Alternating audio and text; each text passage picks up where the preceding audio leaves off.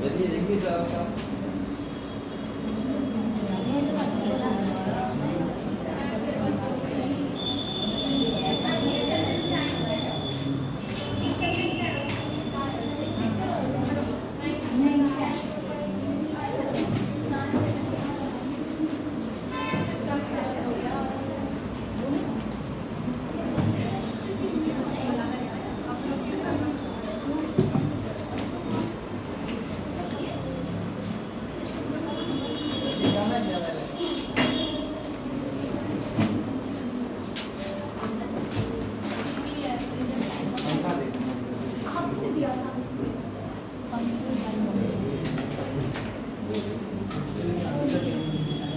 अरे अंधेरे में कैसे एक से लाता दो एक अगर लो एक लाइट डाल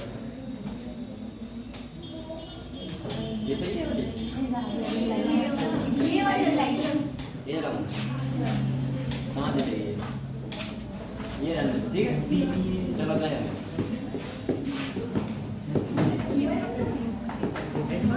स्टार्ट है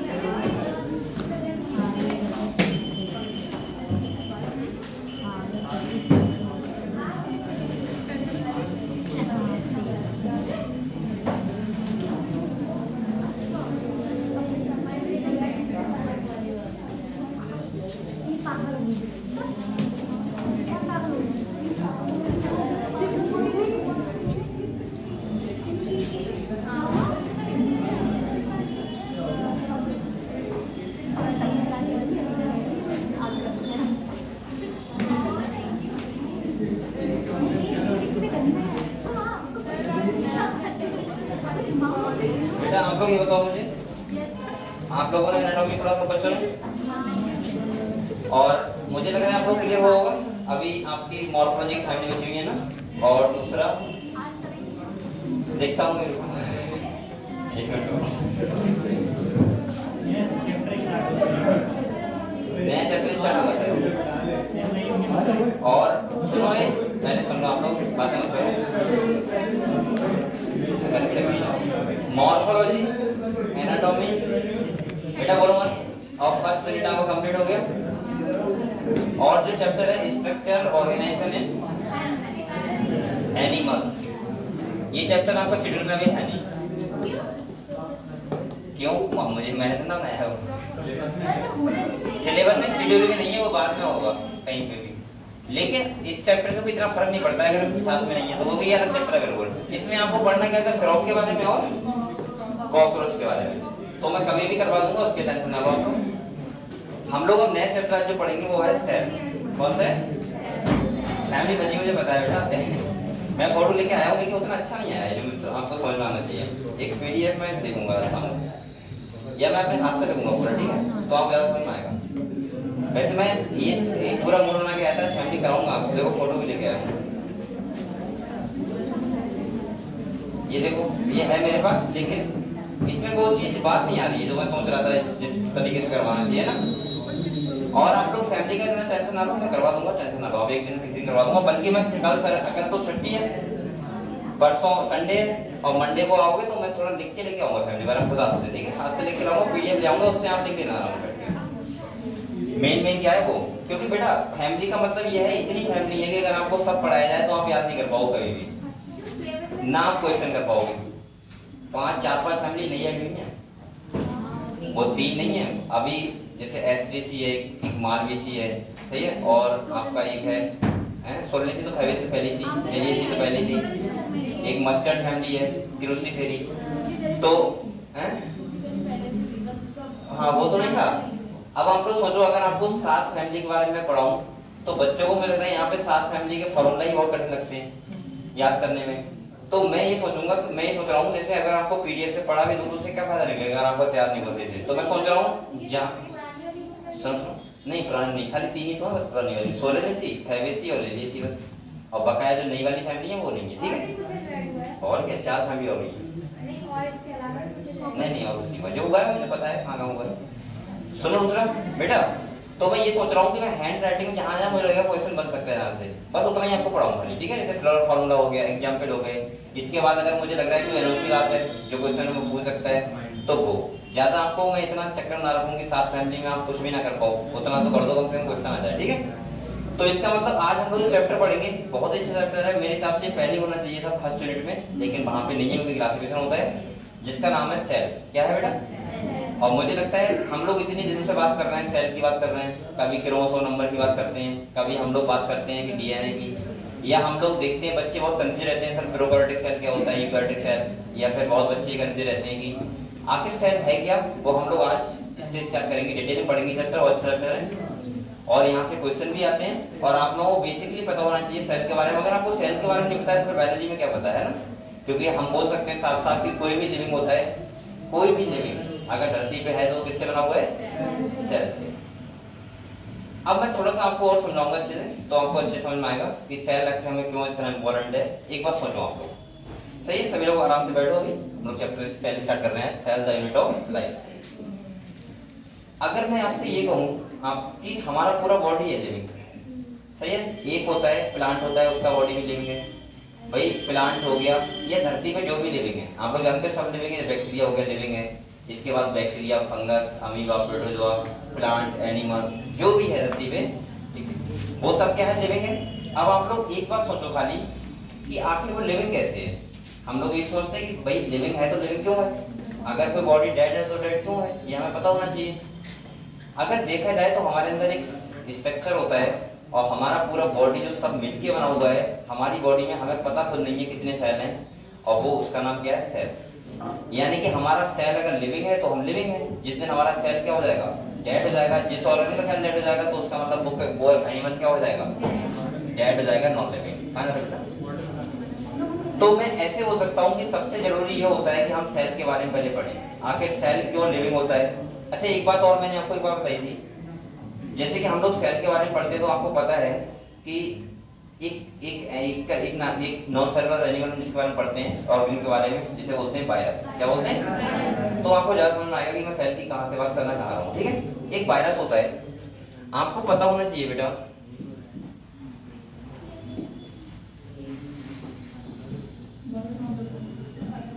देखो मैं चैप्टर जो पढ़ा रहा हूँ क्या पढ़ा रहा हूँ? सेल। सही है, आपने बहुत छोटे से पढ़ा है सेल चैप्टर, लेकिन हम रट लेते हैं। बिना पानी है, अरे चलो चलो चलो ठीक है बेटा। एक बार बताओ मुझे, अगर मैं यहाँ पे कहूँ, आप लोग सेल को बहुत दिन से पढ़ते हुए आ रहे हो ना कि सेल होते हैं, हमने रटा था बहुत पहले कि कोशिका, संरचनात्मक और क्या बोलते हैं? कार्यात्मक, सबसे छोटी इकाई होती है, रट लेते हैं। लेकिन हमें एक्चुअली में ये नहीं पता होता है सेल इतना छोटा होता है कि आप अपनी आंखों से उसको नहीं देख पाओगे, ये आपको पता है। मैं स्टार्टिंग कहानी कर रहा हूँ सेल पढ़ाने से पहले मैं थोड़ा सा बात करूंगा यहाँ पे वायरस की, जिससे आपको समझ में आए एक्चुअली में सेल लिविंग कैसे होती है। देखो बहुत लोग ऐसे होते हैं, जैसे कुछ लोग दावा करते हैं कि हम कोई मुर्दा इंसान उसमें जान डाल देंगे। कोई ऐसा धरती पैदा हुआ है जो मुर्दा इंसान जान डाल दे? नहीं। अगर साफ साफ शब्द में बोलूं तो नहीं। दूसरा आपने बहुत सुना होगा, जैसे मैं इवोल्यूशन में आपको डिटेल में बताऊंगा, बहुत लोग ऐसे होते हैं जो ये मानते हैं कि हमारा जो लाइफ बना है वो गॉड से बना है। मानते हैं ना कि हमारा जो स्टार्टिंग हुआ है वो गॉड से हुआ है। एक साइंटिस्ट थे स्वार्ज, उन्होंने ये बात कहा भी था कि जो हमारे जो धरती पे जो भी बना है वो सब किससे बना है? स्टार्टिंग हुआ है वो किससे हुआ है? गॉड से। अब भाई यहाँ पे भी एक थ्योरी आती है, हालांकि मैं ये नहीं कह रहा हूँ कि आप ये मत मानो गॉड से नहीं बने। जैसे आप लोग पता है हिंदू लोग होते हैं वो मानते हैं ब्रह्मा से हम लोग बने, ऐसा बोलते हैं ना। मुझे ज्यादा नॉलेज नहीं, आपसे पूछ रहा हूँ मैं, मानते हैं ऐसा? इसके बाद कि ब्रह्मा जी से हम लोग का ओरिजिन हुआ है हम लोगों से, ऐसे मानते हैं। मुझे पता नहीं इतना, मैं कुछ ज्यादा नहीं। ऐसे मुस्लिम लोग कुछ मानते हो? क्या मानते हैं बताओ? इनसे मानते हैं कि इनसे हम बने। ऐसी सिख क्या बच्चा हुए है? नहीं है। ये ईसाई बच्चा होगा। आपको पता है हर धर्म के लोग अपनी अपनी उनको चीजों को मानते हैं इससे बने। लेकिन हम अकॉर्डिंग टू बायोलॉजी सोचें अगर कि बायोलॉजी के अकॉर्डिंग, तो आपको पता है इवोल्यूशन हुआ है यहाँ पे। भाई कोई सेल अगर लिविंग फॉर्म में आई है, हम लोग देखो एक बात और अभी मैं सेल थ्योरी में आपको बताऊंगा कि कोई भी सेल होती है, बेटा बोलो मत आप लोग, कोई भी सेल होती है वो हमेशा पुरानी सेल से बनती है। ये आपने पढ़ा है हमेशा। अगर बेटा अगर हम नई सेल बना सकते थे, अब तो शायद टेक्नोलॉजी बहुत आगे चली गई है, अगर हम लोग नई सेल बना सकते थे तो आप लोग खुद सोचो हम क्यों यहाँ पे भाई घर में लोग नौकर रखते हैं, क्यों रखते हैं? हम तो एक सेल बनाते, एक एनिमल बनाते, इंसान बना लेते, उसको नौकरी करवाते उससे, क्योंकि मैंने तुझे बनाया तो नौकरी करेगा। लेकिन ऐसा हम लोग नहीं कर सकते, नई सेल हम लोग नहीं बना सकते। यानी कि पुरानी सेल होगी तभी नई सेल बनेगी, वरना ऐसा नहीं बनेगी। अब आपको लग रहा होगा सर अगर ऐसी बात है, ठीक है, नई सेल नहीं बना सकते, फिर आप कह रहे हो कि इवोल्यूशन हुआ है यहाँ पे, तो पहली सेल में किसी टाइप से तो जाना ही होगी, पहली सेल तो कैसे बनी होगी? तो बेटा ये इवोल्यूशन एक दिन का नहीं है, ये बहुत हजारों करोड़ों सालों का इवोल्यूशन है। पहली साल बनने में पता है कितने साल लगे थे? 1000 मिलियन साल लगे थे, लगभग 1000 मिलियन सेल, वो साल एक खाली सेल को, पहली सेल को बनने में। और मैं ऐसे बोल सकता हूँ यहाँ पे, जैसे आपको पता होगा अगर हमारा ब्रह्मांड जो है, उस जो ओरिजिन उसका हुआ है लगभग हुआ है 20 बिलियन ईयर से वो, और उसके बाद जो लाइफ आई थी वो लगभग आई थी 4.5 बिलियन ईयर से वो, यानी कि इतने साल तो ये लगेगी लाइफ आने में, धरती बनने में, मतलब ऐसे बोल सकता हूँ मैं। और इसके बाद जो लाइफ आई फर्स्ट बार वो 4 बिलियन से आई पहले, और इसका मतलब ये हुआ कि 500 मिलियन साल लगे। 500 मिलियन साल का समझ रहे हो आप लोग? एक साल की बात नहीं कर रहा हूँ। अपनी जैसी अगर 100 साल आदमी जीता है तो उसकी पता नहीं कितनी पीढ़ी निकल जाएगी, सोचो एक सेल खाली बनने में। दूसरी बात यह है, अगर जो मैं किताबों पर नहीं जा रहा हूँ, मैं ये मानूंगा अगर कोई कहता है कि लाइफ को भगवान ने बनाया है, तो मैं तो साफ साफ शब्दों में ये कहूंगा कि भगवान ऐसा क्यों करेगा कि भारत में जनसंख्या इतनी कर देगा और हम जाए पोलो पे तो हमारी जनसंख्या कम करेगा। भाई अगर मान लो इवोल्यूशन ना हुआ हो, भगवान तो ऐसा करता, पोलो में ठंड होती है तो ठंड के अकॉर्डिंग एनिमल बना देता बहुत सारे, लेकिन जो एनिमल और पॉपुलेशन की डेंसिटी रखता वो सेम रखता। ऐसा क्यों रखता कि भारत में बहुत ज्यादा हो जाएगी? बेटा उसका रीजन ये है कि भारत में क्यों ज्यादा है, भारत में मौसम बहुत अच्छा है, हम लोग इक्वेटर पे हैं, हमें ठंडी भी देखने को मिलती है, गर्मी देखने को मिलती है, तो यहाँ पे इवोल्यूशन अच्छा हो गया तो यहाँ पे ज्यादा हो गए। पोलो पे जाओगे तो आपको एनिमल देखने को नहीं मिलेंगे। तो कहीं ना कहीं ये बोल सकता हूँ कि कहीं ना कहीं इवोल्यूशन तो हुआ है, बाकी सच्चाई है, बिल्कुल सच्ची बात है, बिल्कुल इसमें कोई दो राय नहीं है। और जो भी आपको बायोलॉजी में पढ़ाया जाता है वो एक्सपेरिमेंटली प्रूफ होता है, ऐसा नहीं कोई हवा में बातें होती है। ये फिजिक्स या कुछ नहीं है कि हम लोग गेंद फेंकेंगे तो वो कहाँ जाएगी, यहाँ अब भाई कहाँ जाएगी वो प्रूफ भी कर देंगे देव सब। लेकिन मैं ये कह रहा हूँ कि कहीं ना कहीं बायोलॉजी में क्या होता है सर, एक्सपेरिमेंटली प्रूफ होता है।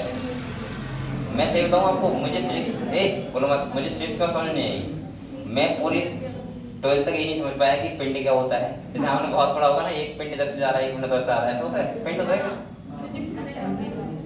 तो भाई मुझे समझ नहीं आया फिजिक्स का हाल क्या होता है, कि अगर वही फोर्स लगा रहा है तो क्यों लगा रहा है, समझ नहीं आया कभी। बायोलॉजी से समझ आएगी तो मुझे पता है वो चीजें पसंद आती है जिसमें क्यों लगाओ पीछे, और इसीलिए बेटा सब खाना बताओ। पहले मुर्गी आई या अंडा? अब तुम ऐसे एक बार सवाल करोगे, मेरे अकॉर्डिंग पहले मुर्गी आई होगी, ठीक है, फिर अंडा बना होगा। क्योंकि बेटा अगर हम अपने पूर्वज देखें तो लगभग जितने भी ये तुम मुर्गी और जितने बताते हो सबके पूर्वज सेम रहे होंगे। ये मैं इवोल्यूशन में आपको प्रूव करूंगा बहुत अच्छे से, और एक बात से नहीं करूंगा, मैं 10 बातें आपको बताऊंगा, ठीक है, तब आप मानना कि यहाँ पे इवोल्यूशन हुआ है। अब सुनो पहले, अब आपको मैं एक चीज और बता रहा हूँ, सुनो। अगर एक बात सोचो, आप लोग सोच रहे हो सर अगर पहली लाइफ आई वो भी तो कैसी आई, तो बेटा इसलिए आई, देखो एक नाम आता है वायरस, क्या आता है? अगर आपको ये समझ में आ गया, इसके बारे में हम लोग आपको समझ गए तो आपको समझ में आ जाएगा कि पहली लाइफ कैसे आ गई। मैं तो मानता हूँ, लेकिन आप लोग बता रहा हूँ। देखो वायरस होता है, हम इसको कैसा मानते हैं? Non cellular. कैसा मानते हैं बेटा? और इसको हम नॉन सेलुलर पता क्यों मानते हैं? हालांकि इसके पास सेल होता है, सेल का मतलब भाई सेल के पास क्या होना चाहिए? मैंने कहा था मेन होना चाहिए जेनेटिक मटेरियल, मैंने ये तो कहा था। अगर कोई सेल है उसके पास क्या होना चाहिए? Genetic material. और जेनेटिक मटेरियल क्या होता है? डीएनए। किसी के पास या तो डीएनए हो या फिर, मैं ऐसा क्यों बोल रहा हूँ बेटा? इसलिए बोल रहा हूँ क्योंकि अगर किसी के पास डीएनए है या फिर आरएनए है तभी तो वो ऑर्डर करेगा ना सेल के अंदर क्या बनेगा। अगर किसी के अंदर डीएनए ही नहीं है तो फिर कंट्रोल कौन करेगा पूरी सेल को कि सेल के अंदर क्या बनना है। एक बात आप लोग खुद सोचो, अगर हम लोग जैसे मैं ह्यूमन की तरह दिखता हूँ तो मैं इसलिए दिखता हूँ क्योंकि मेरे अंदर ह्यूमन का डीएनए है, मेरे अंदर जो भी प्रोटीन बना होगा सब ह्यूमन का बना होगा। अगर एक एलिफेंट की तरह दिखता है, इसका मतलब क्या है कि एलिफेंट का जो डीएनए है वो एलिफेंट की तरह है, तो उसके अंदर वो प्रोटीन बन रहे होंगे, मेरे अंदर वो नहीं बन रहे हैं। यही तो डिफरेंट है खाली मुझ में और एलिफेंट में, क्योंकि डीएनए का डिफरेंट है। और बेटा एक बात आप लोग खुद सोचो कि अगर वायरस के पास जेनेटिक मटेरियल होता है, आपको तो पता है वायरस के पास क्या होता है? जेनेटिक मटेरियल होता है, लेकिन फिर भी वो लिविंग नहीं है। अगर आउटसाइड द हॉस्टल हम देखें तो वो क्या है? नहीं है, लिविंग वो नहीं है। इसका रीजन क्या है? सुनो, उसके पास जेनेटिक मटेरियल तो है, ये बात ठीक है, सब उसके पास प्रोटीन भी है, प्रोटीन कोड भी होता है उसके पास, लेकिन उसके पास होता नहीं है, वो क्या नहीं होता है, उसके पास होता है कि अगर जैसे अगर सपोज मानो कि आपके पास बाइक तो हो, लेकिन अब मान लिया आपको सब कुछ बाइक है आपके पास, ठीक है, और मेन जो होता है वो इंजन होता है वो भी है, अगर उसमें तेल भी नहीं है तो वो चालू हो पाएगा वो। ऐसे ही हम बोल सकते हैं कि यहाँ पे मेटाबॉलिज्म से इस सेल के अंदर मेटाबॉलिज्म करने के लिए कोई भी ऑर्गेनेल्स इसके अंदर नहीं है। अगर इसके अंदर राइबोसोम होता, अगर इसके अंदर माइटोकॉन्ड्रिया होता, या इसके अंदर मैं बोल सकता हूँ कि एंडोप्लाज्मिक रेटिकुलम होता, तो बेटा ये वायरस कैसा होता, लिविंग होता। समझ गए आप लोग? हमारी सेल के अंदर वो सारे के सारे ऑर्गेनेल्स हैं जो सेल को अपने आप से चला सकते हैं, यानी कि उसको लिविंग स्टेज में रख सकते हैं। अब मैं पूरा थोड़ा सेल पे आऊंगा, अभी मैं सारी बातें क्लियर करूंगा आपकी। पहले आप लोग ये समझ गए वायरस को नॉन लिविंग क्यों मानते हैं? वायरस के पास जेनेटिक मटेरियल होता है बेटा, और प्रोटीन भी होता है, लेकिन उसको मेटाबॉलिज्म कराने के लिए और कोई ऑर्गेनेल्स नहीं होता है, इसीलिए वो कैसा होता है, नॉन लिविंग। जैसे ही वो हमारे अंदर जाता है तो हमारे अंदर तो पूरा प्रोसेस चल रहा है लगातार, हमारी सेल के अंदर उसका जेनेटिक मटेरियल जाएगा और रेप्लिकेट करने लगेगा, और रेप्लिकेट करने लगेगा तो वही स्टेज कौन सी हो गई, लिविंग। क्या हो गया? अब दूसरी बात सुनो, मैंने एक बच्चे से पूछा था, एक काफी अच्छा बच्चा था पढ़ने में, एक बार मैंने पूछा था, मैंने सर आपको बताया था, पता नहीं कभी बच्चे ऐसे होते हैं बहुत छोटे टॉपिक में इतना ज्यादा फंस जाते हैं ना कि वो सब कुछ कर लेते हैं और पता नहीं होता है वो चीज सिंपल सी। मैंने एक बार एक बच्चे से पूछा, मैंने कहा बेटा मुझे खाली ये बताओ प्रोकैरियोटिक और यूकैरियोटिक सेल क्या होती है? तो वो मुझसे बोला सर प्रोकैरियोटिक सेल प्लांट में पाई जाती है, यूकैरियोटिक सेल एनिमल में पाई जाती है। और वो अच्छा ऐसा नहीं था, काफी अच्छा पढ़ने में था, सब कुछ था ठीक था, लेकिन उसके मन में यही बैठा हुआ था कि प्रोकैरियोटिक सेल किसमें होती है, प्लांट में, और यूकैरियोटिक सेल किसमें होती है। लेकिन बेटा बिल्कुल गलत था। ये आप लोगों को मैं पूरी हिस्ट्री बता रहा हूँ, ठीक है, क्या है एक्चुअली। अब देखो यहां से मुझे ये पता लगता है कि सेल क्या है, सेल कुछ नहीं है, सेल एक, मैं ऐसे बोल सकता हूँ, एक बहुत सारे ऑर्गेनेल्स के साथ डीएनए है, और वो लगातार किसमें, प्रोसेस में, मेटाबॉलिज्म के अंदर हो रहा है, तो वो क्या है, एक सेल है। अब आप लोग यही समझ सकते हो, अगर सोचो आप लोग, अगर मैं सेल की तरह अपने पास से कोई ऐसा मेरे पास चीजें होती, वो सारे केमिकल का कॉम्पोजिशन में बना सकता, तो मैं उस चीज को लिविंग कर सकता हूँ, क्या उसमें दिक्कत है? लेकिन अब आप कहोगे सर ऐसे तो हम इंसान को जिंदा कर देंगे।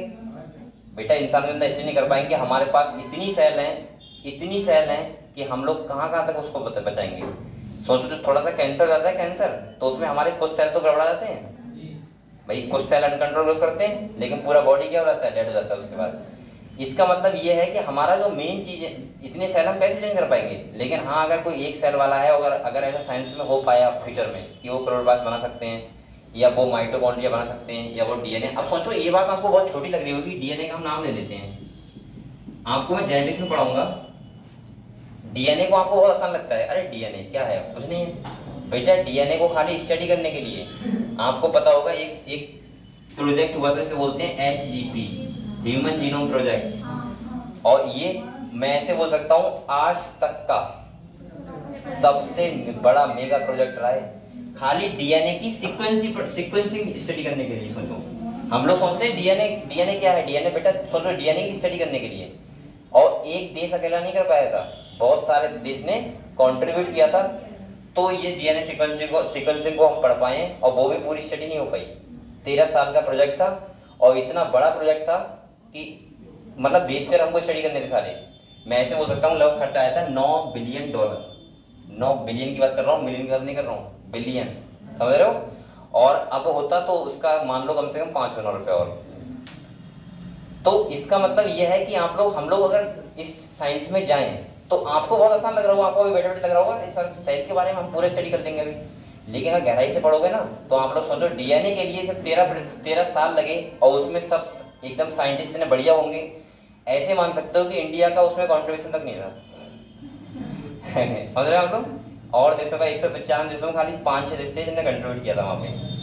और ये कब स्टार्ट हुआ था, शायद मैं आपको बताऊंगा, 1990 में हुआ था स्टार्ट, और 2003 से चला था। अगर मैं ऐसे बोलूंगा अगर HGP सही से हो जाता तो बेटा एक मैं ये बोल सकता हूँ, मैं ये तो नहीं कहता कि नई लाइफ बन सकती है, या फिर ह्यूमन से भगवान से आगे, भगवान का नाम फिर आ जाता है लेकिन क्या करें, लेना पड़ता है। लेकिन मैं ये बोलूंगा कि साइंस हमारी इतनी आगे पहुंच जाती कि जैसे हम खाना खाने जाते हैं, आपको मेन्यू मिलता है, कि आप कटहल खाओगे या पनीर खाओगे या उड़द राजमा खाओगे, टिक करो। ऐसे ही अगर आपके बच्चा होता तो डॉक्टर आपको क्या देता, मेन्यू कार्ड देता एक कि बताओ बच्चे की हाइट कितनी होनी चाहिए, बच्चे का कलर क्या होना चाहिए, बच्चे की आंखें कैसी होनी चाहिए, बच्चे का IQ लेवल कितना, बच्चे की फिटनेस कितनी अच्छी होनी चाहिए। मतलब आप लोग अपने हिसाब से कर सकते थे। हालांकि ये हो जाएगा, ये बहुत बड़ी बात नहीं है, ये आने वाले 4-5 सालों में हो जाएगा। नहीं यही नहीं, मैं रियलिटी बता रहा हूँ ये, क्योंकि हमारी साइंस इतना आगे जा रही है। अब आपको पता होगा बेसिकली जीन थेरेपी तो होने लगी आराम से, अगर जीन थेरेपी हो सकती है तो ये संभव है, ठीक है, कुछ भी संभव है। अब आप लोग सुनो बात, अब हम लोग थोड़ा सेल पे आते हैं आगे, ठीक है। मैं स्टार्टिंग से बात करता हूँ, बोलो मत कोई, हम स्टार्टिंग से बात करते हैं। सबसे पहले तो मैं ये बोलूंगा, अगर सेल की बात हम करते हैं तो हमें पता है बेटा कि आपके पेरेंट्स, देखो एक बात समझो आप लोग, जैसे कि पेरेंट्स होते हैं, आपको पता है हमारे पास मेल होता है एक पेरेंट्स, और ये क्या होता है बेटा, एक मेल, और एक क्या होता है, फीमेल होता है। आपको पता होगा इनका पूरा बॉडी जो सेल होता है वो डिप्लॉइड सेल होता है। मैं ऐसे बोल सकता हूँ इनके पास कितने पेयर क्रोमोसोम होंगे। अब मैं क्रोमोसोम की बात क्यों करता हूँ बेटा, क्रोमोसोम ही सब कुछ है। क्रोमोसोम किससे बने, डीएनए से। यहाँ पे सब बच्चों को ये पता है क्रोमोसोम, डीएनए या फिर और क्या होता है, क्रोमैटिन, जीन वगैरह में डिफरेंस बता सबको। क्रोमोसोम और डीएनए पता है, ये बताओ खाली बेटा। ये वही हिसाब है, क्रोमोसोम जो बने किससे बने, डीएनए से। किससे बने, मैं साफ साफ भाषा में ऐसे बोल सकता हूँ 2.2 मीटर लंबे डीएनए से 46 क्रोमोसोम बने हुए। ये वही हिसाब हो गए से अब यहाँ बैठे हो तो आप ह्यूमन ही, लेकिन यहाँ बैठे हो तो स्टूडेंट हो। अब यहाँ शेरवानी पहन लोगे दूल्हा बन जाओगे, कितने खूबसूरत लड़के। तो कहीं ना कहीं ये बताओ, हो तो आप ही, लेकिन आपने क्या कर लिया, खाली पोजीशन चेंज कर ली तो आप दूल्हा बन गए। आपसे कोई ये नहीं कहेगा लड़का बैठा है, स्टूडेंट बैठा है, कहेंगे दूल्हा बैठा है ना। तो इसका मतलब ये हुआ कि कहीं ना कहीं आदमी का पोजीशन बताता है कि वो आदमी क्या है। अब देखो यहाँ पे 23 पेयर क्रोमोसोम है, मम्मी के पास में कितने हैं, 23 पेयर। मैं एक्चुअली आपको रटाना कुछ नहीं चाहता, मैं सोचता हूँ कि आपके गहराई चीजें फंसे, जो आप लोग कभी भी कोई पूछे आप सेल के बारे में तो आपको सोचना ना पड़ेगी किसकी बात कर रहा है, ठीक है। अब आपको पता है उनकी पूरी बॉडी 23 पेयर क्रोमोसोम से बनी है, और इनकी, और हर सेल में होंगे, ऐसा नहीं कि एक सेल में होंगे, हर एक सेल में, हमारे अंदर जितनी भी सेल है सबके पास कितने क्रोमोसोम होंगे, 23 पेयर। समझ गए आप लोग। अब पापा जब मैच्योर होंगे तो ये अपने बनाएंगे गैमेट, क्या बनाएंगे, मम्मी भी गैमेट बनाएंगे, ठीक है। अब सुनो, आपको पता है इनका गैमेट होगा हैप्लॉइड, और इनका भी गैमेट कैसा होगा, हैप्लॉइड। का मतलब है इनके पास 23 क्रोमोसोम आएंगे, इस सेल के पास और 23 आएंगे। अब देखो आप लोग कुछ सोच सकते हो, 1 सेट ऑफ क्रोमोसोम पापा के पास है और 1 सेट ऑफ क्रोमोसोम, फिर से ये फ्यूजन करेंगे और आपके पास एक सेल बनेगा, वो कैसा बनेगा, डिप्लॉइड। और 23 पापा के 23 मम्मी कितने हो गए, 46, यानी कि 23 पेयर हो गए। समझ गए आप लोग। तो बेटा आप ह्यूमन की तरह बनोगे जब आपका डीएनए पापा मम्मी का है, ये बात समझ गए आप लोग। दूसरी बात सुनो, अब ये सेल के पास 23 पेयर क्रोमोसोम है। अब बेटा एक बात सोचो आप लोग, जो पहला जाइगोट किसी की जाइगोट बनता है, पहला फ्यूजन होता है तो सेल डिप्लॉइड बनता है। क्या दुनिया में जितने भी लिविंग होंगे सबका सेल सेम नहीं होगा क्या, उस टाइम पे सबका सेम होगा, खाली डिफरेंस किसका होगा, क्रोमोसोम नंबर का। बकाया सबके पास माइटोकॉन्ड्रिया होगा, सबके पास एंडोप्लाज्मिक रेटिकुलम होगा, सबके पास न्यूक्लियस होगा, सबके पास सेल वॉल होगी, जिसके पास होगी मतलब प्लांट के पास, एनिमल के पास नहीं होगी, सबके पास सेम होगी। अब ध्यान सुनो, ये 23 पेयर क्रोमोसोम मान लिया मेरे पास है, एक एलिफेंट है मान लिया उसके पास कितने हैं, 16 पेयर। अब यही तो डिफरेंस क्रिएट करेंगे कि अगला स्ट्रक्चर कैसा बनना है। यही तो हमें इवोल्यूशन समझाया जाता है, एम्ब्रियोलॉजी में समझेंगे हम लोग। इवोल्यूशन को यही तो प्रूव करता है। अब एक बात सुनो आप लोग, इसके पास 16 पेयर क्रोमोसोम मान लिया, इसके अंदर हम अलग टाइप के प्रोटीन बनेंगे क्योंकि इसके जीन क्या होंगे अलग, हमारे पास अलग टाइप के प्रोटीन बनेंगे। हमारे पास वो बनेंगे जो ह्यूमन के लायक होंगे और इसके पास वो बनेंगे जो एलिफेंट लायक होंगे। समझ गए हम लोग। तो ऐसे करके हम लोगों में क्या आता है, डिफरेंसेस आता है। आप देखो एक सेल से मेरे अंदर 2 बनेंगे, 2 से 4, 4 से 8, और आज मेरे पास इतने सेल है मेरी बॉडी में कि मैं खुद काउंट नहीं कर सकता। समझ गए आप लोग। ऐसे होता है एक सेल का फंडा, आपको समझ थोड़ा बहुत। अब हम लोग बात करते हैं कुछ अगले, मैं तीसरे पार्ट में आपको बता रहा हूँ, पहले समझ लो आप लोग, फिर हम लोग पढ़ते रहेंगे आराम के साथ, कोई दिक्कत नहीं है ऐसी। सेल के बारे में हम थोड़ा और पढ़ लें, ठीक है। आपको 4 नाम आते हैं, देखो वैसे 6 नाम होते हैं।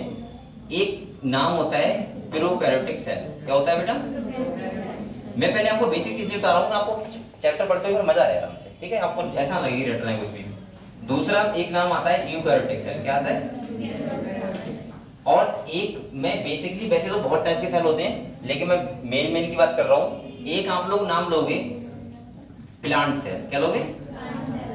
Plant cell. क्योंकि बहुत लोगों को अगर देखा जाए ना, जो लोग पढ़ाई करते हैं उनको तो पता होता है कि प्लांट सेल एनिमल सेल में कोई डिफरेंस नहीं होता है, सेम ही होता है, बहुत कम डिफरेंस होते हैं। लेकिन अगर देखा जाए तो बहुत लोग तो ये मानने को तैयार नहीं होंगे कि प्लांट जिंदा है। अरे हकीकत बता रहा हूँ ये।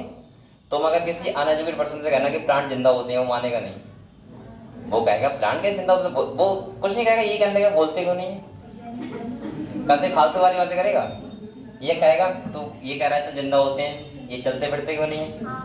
अगर आप ये कहोगे हमारे अंदर जो मैकेनिज्म हो रहा है वही प्लांट के अंदर हो रहा है सेम टू सेम, वो मानने को तैयार नहीं होंगे। इसीलिए क्यों नहीं होंगे, उन्हें पता नहीं है कि बेसिकली देखा जाए तो हमारे अंदर प्लांट के अंदर सेम प्रोसेस चलता है। जैसे हम लोग खाना खाते हैं वो बस बनाते हैं। अब आप कहोगे सर वो रोते क्यों नहीं है, तो बेटा उनके पास ऑर्गन नहीं है हमारे तरह, हमारे पास जैसे ब्रेन हमारे पास है उनके पास नहीं है। अब आप कहोगे, अब मैं आपसे कह दूं कि एनिमल जितने होते हैं सबके पास ब्रेन नहीं है, लो तो क्या करोगे। तो इसका मतलब हर किसी स्पीशीज का अपना अपना एक हो रहा है। एक होता है प्लांट सेल, एक होता है एनिमल सेल।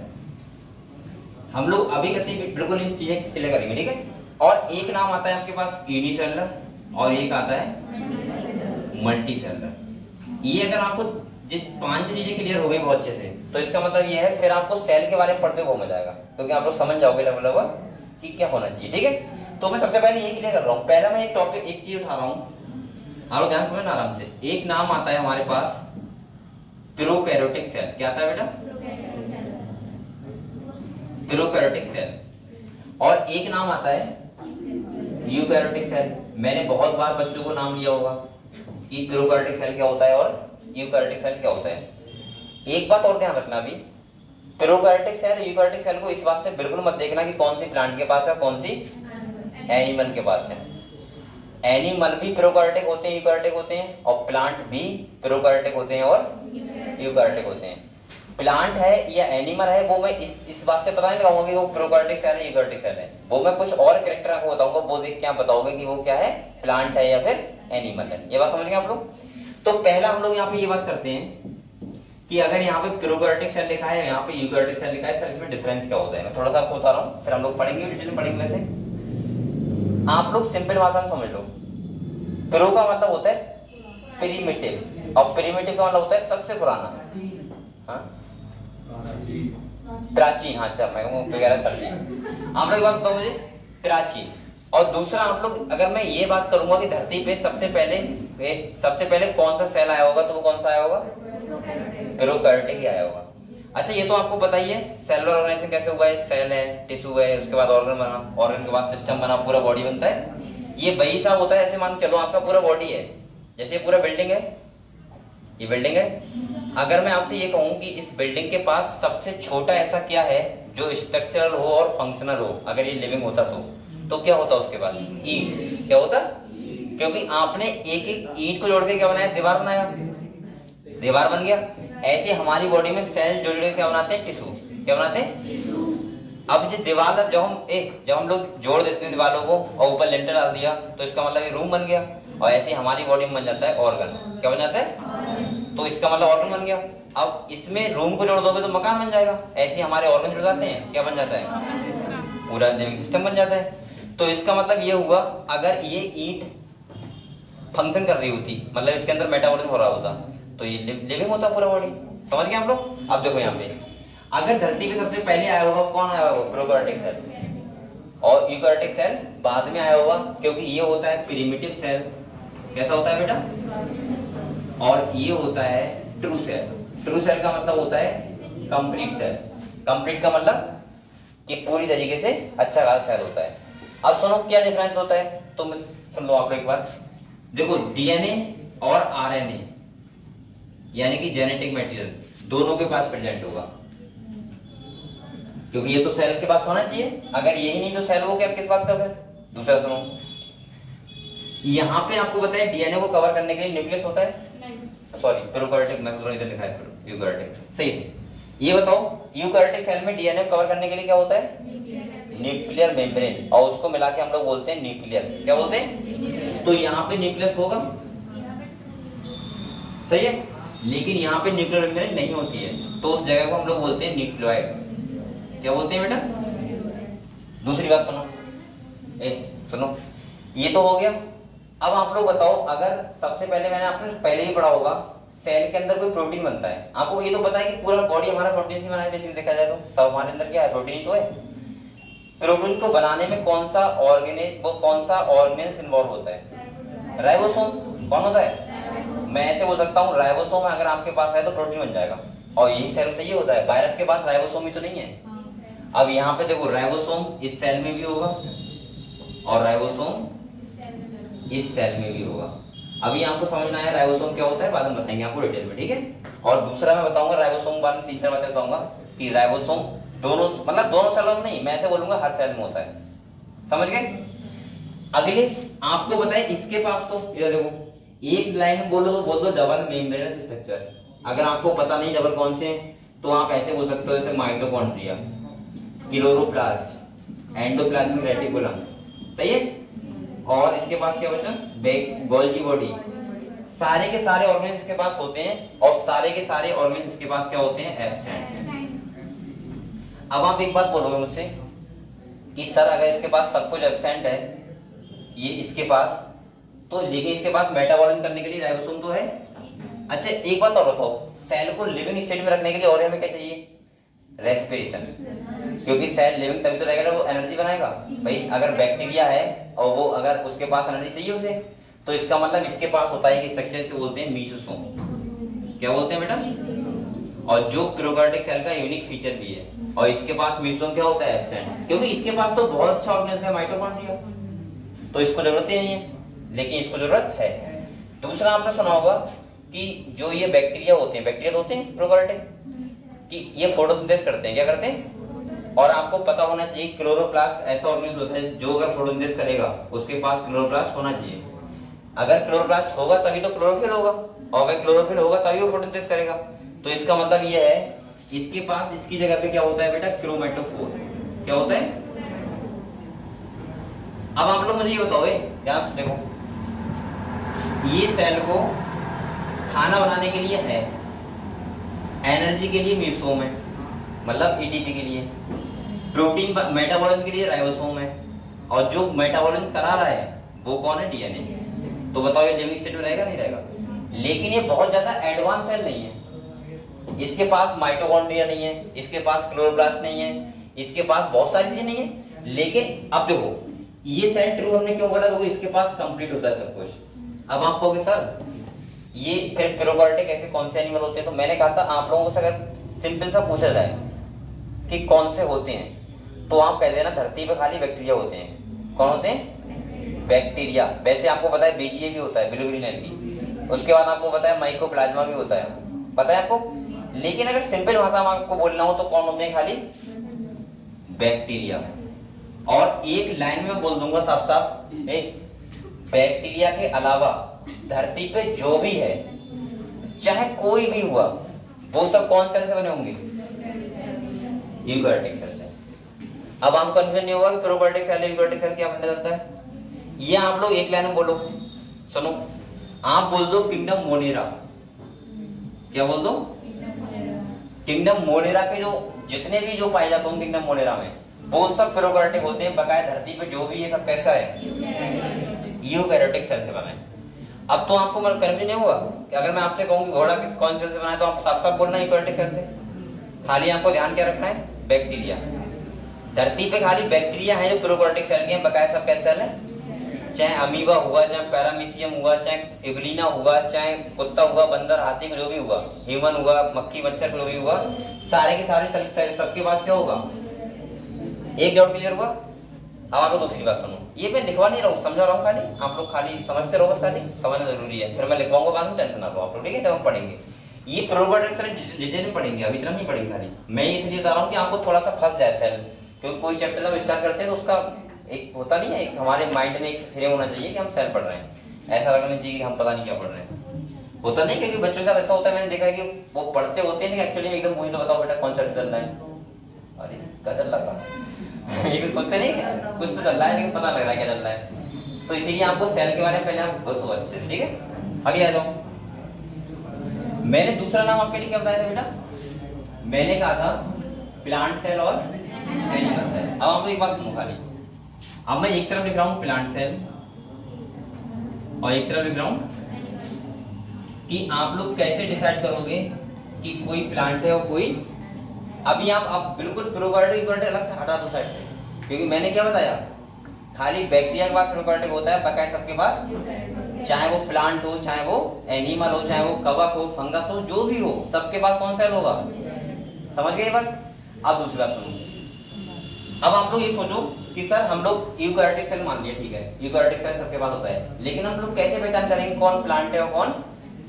तो मैं खाली 3 बातें बता रहा हूँ आपको, 3 बातें आपने देख ली, उसका मतलब आप समझ जाओ कौन प्लांट है कौन, और उसके बाद जितने भी ऑर्गेन्स होते हैं दोनों में क्या होते हैं? सेम, चाहे वो प्रोकैरियोटिक सेल हुआ चाहे वो यूकैरियोटिक सेल हुआ। समझ गए हम लोग? तो देखो क्या होता है, पहला जो होता है बेटा वो होता है सेल वॉल। क्या होता है? सेल वॉल जानते हैं क्या होता है? आउटर कवरिंग, किसी भी सेल का आउटर कवरिंग। अगर किसी सेल के पास या किसी एनिमल की सेल के पास अगर सेल वॉल है तो वो क्या होगा? प्लांट, और अगर नहीं है तो क्या होगा? एनिमल। पहला डिफरेंस जो आप लोग देखोगे। दूसरा आप लोग देखोगे, अगर इसके बाद भी आप देखोगे प्लास्टिड या क्लोरोप्लास्ट हो सकते हैं आप लोग, अभी समझने के लिए, अगर प्लांट सेल है तो उसके पास क्या होगा? क्लोरोप्लास्ट होगा, और एनिमल के पास भगवान सॉरी, इवोल्यूशन में इतना रहता कि ये हमें मैं पहले पढ़ा रहा हूँ इसलिए उधर नहीं जाऊंगा सही भक्ति में। यहाँ देखो, अगर इवोल्यूशन हो रहा होता तो इतना और हो जाता हम लोगों के साथ, ये और हो जाता क्लोरोप्लास्ट। अबे तो खाना वहां इतनी पड़ती, और अगर इतना कोई ये बड़ी बात थोड़ा थी भाई, जब माइटोकॉन्ड्रिया दोनों के पास हुआ, सुनो, माइटोकॉन्ड्रिया दोनों के पास था, न्यूक्लियस दोनों के पास था, गोल्गी बॉडी दोनों के पास होता है सेम, राइबोसोम दोनों के पास होता है। सुन लो बेटा, तो क्लोरोप्लास्ट क्यों जाता है, क्या दिक्कत थी? और क्लोरोप्लास्ट अगर हो जाता तो आप पढ़ते नहीं होते, क्योंकि बेटा एक बार बताओ, आप लोग बताओ सबसे पहले, आप लोग इतनी मेहनत क्यों कर रहे हो? खाली इसीलिए कि हम खा सकें अच्छे से, हमारे बच्चे खा सकें। जल्दी कर, शादी होगी तुम्हारी नहीं होगी, ऐसा करो। आप लोग अगर कुछ लिखना हो लिख सकते हो, वैसे मैं अभी 1 मिनट में आया, ठीक?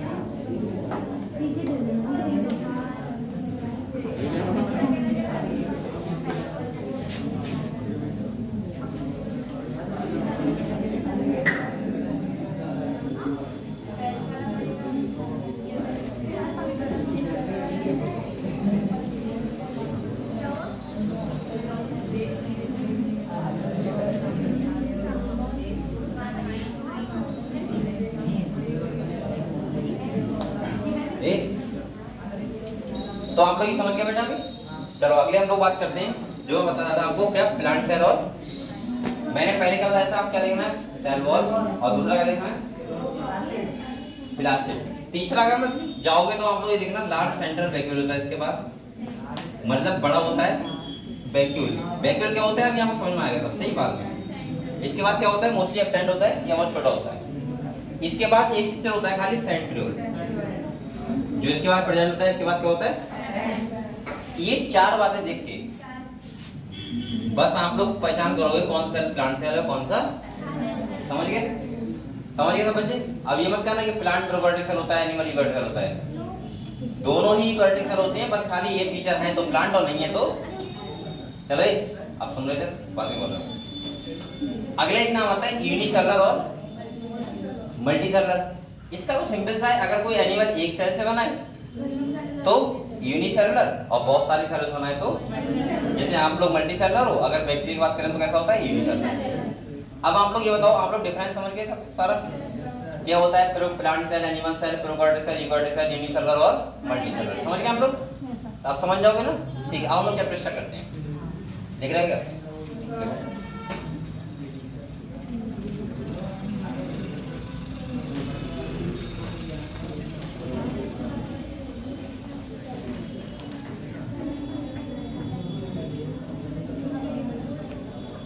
बारिश हो रही बहुत है। कल आप लोगों को मिठाई वो क्या होगा, लड़कों को मिठाई मिलेगी है और लड़कियों को क्या मिलेंगी, पैसे मिलेंगे।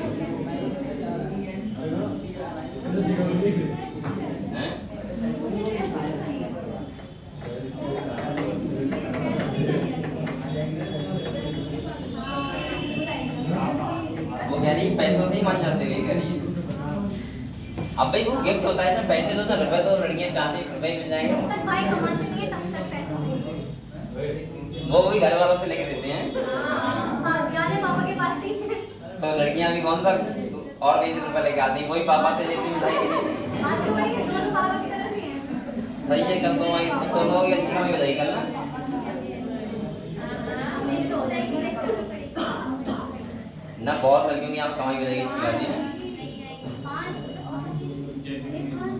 वो रुपए की तारीफ 5,000 मिलेंगे। सच भाई कुछ नहीं है। अच्छा तो 5 भाई हैं तो ऐसे मान के तो कितने मान के रहे हैं, 500। चलो ठीक है, जो भी मिलेगा आपको अच्छी बात है। और ठीक है, आप लोग रक्षाबंधन मनाओ, लेकिन पढ़ाई वढ़ाई करना, पहले पढ़ाई करना उसके बाद मनाते रहना, ठीक है। जन्माष्टमी होती है तो मैं तो यही रहूंगा बेसिकली। चलो बेटा हम लोग सुनो, अब कोई बात सुनो और सुनो। चैप्टर स्टार्ट करें हम लोग। अब देखते हैं अब आपको अच्छा लगेगा और स्टार्टिंग समझते हैं, ठीक है।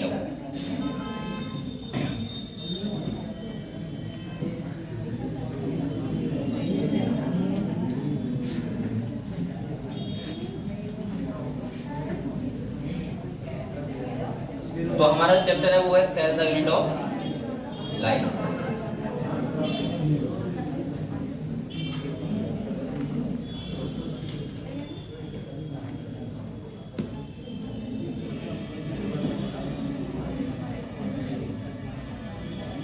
अब आपको एक लाइन समझ में आएगा, ठीक है, क्योंकि आपको बेस समझ गए सेल के बारे में और आपको सेल के बारे में लगभग कुछ चीजें क्लियर हुई, ठीक है। हम लोग समझते हैं। बेटा सब लोग किताब निकालो, पहले हटा दें दो।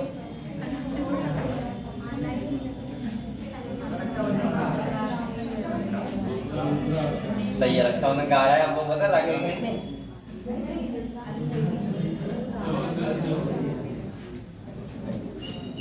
ठीक है,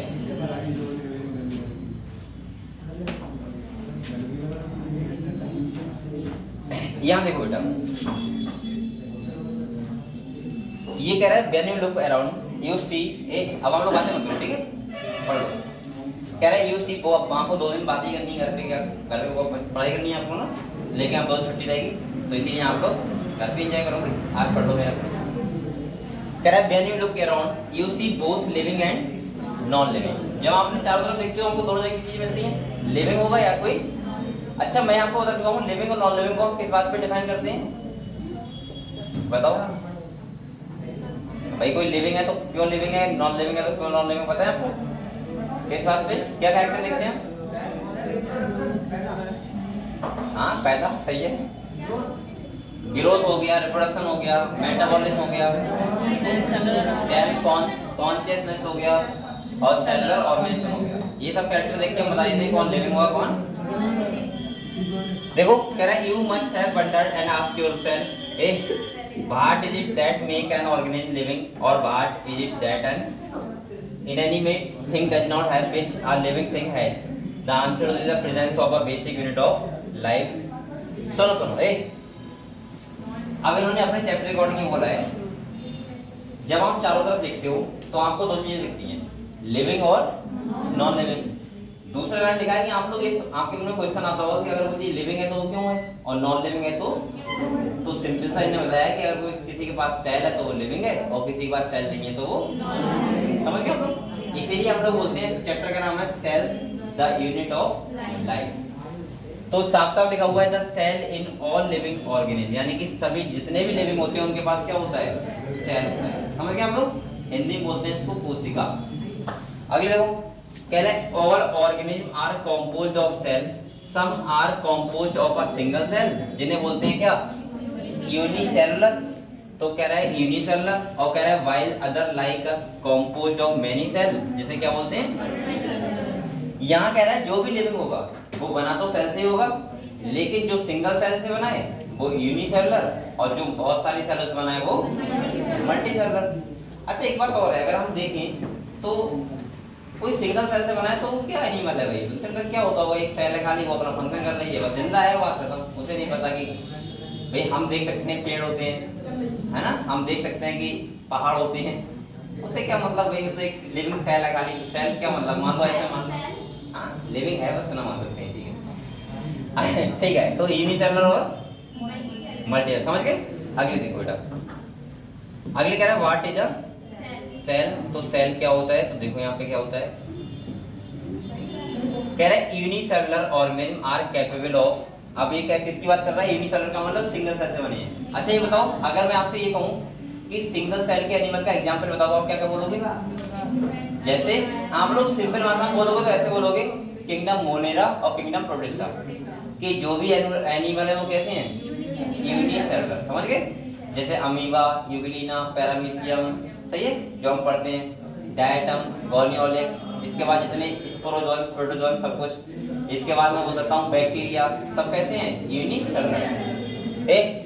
अगले कह रहा है इंडिपेंडेंट एग्जिस्टेंस एंड सेकंड कह रहा है performing the essential function of life. ये समझे आप लोग क्या कहना चाह रहे हैं, ये कहना चाह रहा है कि सिंगल सेल अगर कोई एनिमल है, यूनिसेलुलर है, तो वो इंडिपेंडेंट ही शो करेगा आराम से, क्योंकि उसे मतलब ही नहीं उस सेल से, पहली बात। और दूसरा उसके जितने भी काम होते हैं पूरी बॉडी के फंक्शन कहाँ होते होंगे, उसी एक सेल में।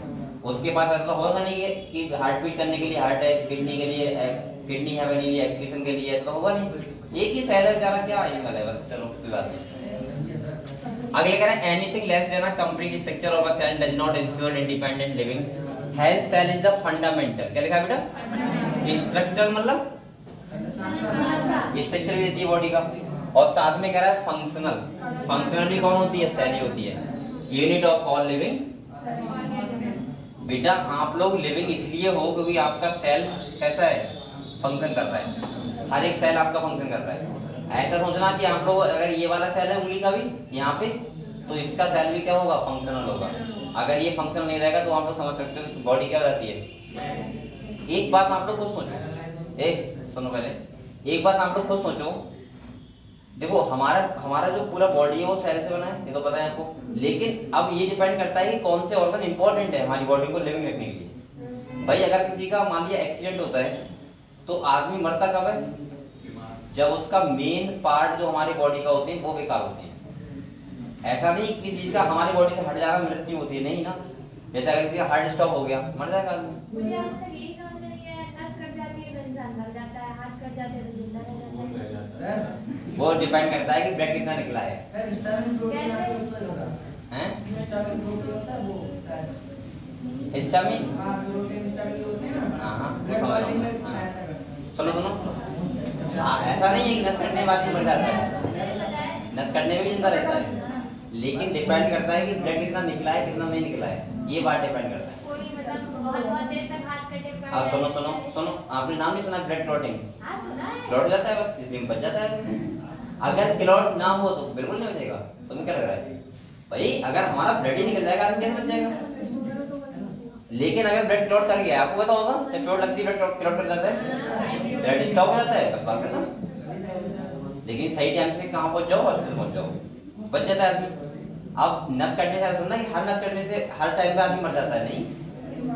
अरे अगर आप एक बात सुने, जैसे अगर हाथ में कितने लोगों को चोट लगती है हमेशा, तो क्या अरे ये वाली की कभी बड़ी नस थोड़ी, अगर ज्यादा ब्लड निकल जाएगा इसलिए हो रहा है, कुछ ना हो रहा है। दूसरा एक बात और सुनो बेटा, होता क्या है, जैसे कि एक बात आप लोग सुनो, जैसे एक नस कटी आपकी खाली, तो बेटा हमारा जो हार्ट का सिस्टोलिक प्रेशर इतना हाई 120 होता है, तो जब हमारा हार्ट पंप करता है तो प्रेशर से करता है, और उस टाइम पे जो क्या मैं बोल सकता हूँ, हाँ जो ब्लड क्लॉटिंग होता है मुश्किल हो जाता है। नहीं आया समझ में अभी आपको? जैसे मानो आप लोग ये देखो, जो लोगों ने खेती की उन्हें समझ में आता होगा, क्योंकि मेरे साथ एक बार बीत चुका है। अगर कोई खेत भरा हुआ है, एक खेत, और इतना सा मेड़ में काट दूं, इतना काट दूं, तो पानी का भाव इतना तेज होगा कि आप लोग मिट्टी लगा नहीं पाओगे। और अगर पूरा मतलब ज्यादा कट रहा है तो आप लोग हल्के हल्के उसको बड़े आराम से बांध सकते हो। और ये बात मेरे साथ हो चुका है एक बार, पापा कहते खाना खाने, वो कह रहे देखते रहना, अभी मेड़ कर गया। मैंने पूरी जान लगा दी, लेकिन मेरे पे मेड़ नहीं बन पाया। मैं मिट्टी रखता हूँ चली जाती, बनती रखता है चली जाती। अब एक कौड़े तो कितनी रहोगे भाई। तो जब वो फादर आए तो उन्होंने देखा, अरे ये तो बहुत मेहनत कर रहा है, ये मादरा बहुत देर से, और बराबर वाले का आधा खेत भर गया, बहुत बढ़िया। तब से मैंने कभी सोचा भाई खेती करना इतना बहुत मुश्किल काम है। तो इसका मतलब भाई समझ गए आप लोग क्या होता है? आप लोग खुद सोचो बेटा, अगर किसी का सुनो पूरा हाथ कटा हुआ है, तो उसमें मैं ये कह रहा हूँ कि ये वाली नस भी इंक्लूड होगी, लेकिन छोटी छोटी नसें हल्के हल्के हल्के ब्लड क्लॉटिंग करती रहेंगी, और एक टाइम पे आके पूरा ब्लड क्लॉट हो जाएगा। अब खाली सोचो, खाली एक ही नस कटा है, और तो उसका प्रेशर इतना ज्यादा होगा कि ब्लड क्लॉट हो ही नहीं पाएगा जल्दी, इतनी आराम से नहीं होगा। या तो आप उसको पकड़ के रखो, सही है, तो हल्के तो आप पकड़ लोगे तो हल्के हल्के वो हो वहां ब्लड क्लॉट हो जाएगा। दूसरा क्या होता है, यही रीजन होता है बस। अब भाई किसी ने मरने के लिए ही काटा है तो कैसे बच जाएगा? ऐसा ही होता है। अब नस काटने का कंडीशन भी तो होता है, कौन सी कंडीशन काट रहा है, नॉर्मल कंडीशन कौन काटता है, कुछ ऐसे करके काटते हैं। अगले कह रहा है एक साइंटिस्ट थे एंटोन वॉन लीवेनहॉफ, कह रहा है फर्स्ट सॉ, पहली बार हमने देखा and described a living cell. अगर आपसे कहे डेड सेल की स्टोरी किसने की, तो रॉबर्ट कोच, उन्होंने डेड की थी, इसने किसी की थी लिविंग की। लिखा तो अगले सेल नहीं रॉबर्ट ब्राउन लिखा है, आप लिख लो ना रॉबर्ट कोच लिखा है इस पे, हाँ लिखा है, चलो ठीक है। अगले कह रहा है रॉबर्ट ब्राउन बाद में आए, उन्होंने डिस्कवर किया था क्या, न्यूक्लियस। कह रहा था invention of the microscope at the its improvement leading to the electron microscope revealed all the structure detail of the cell.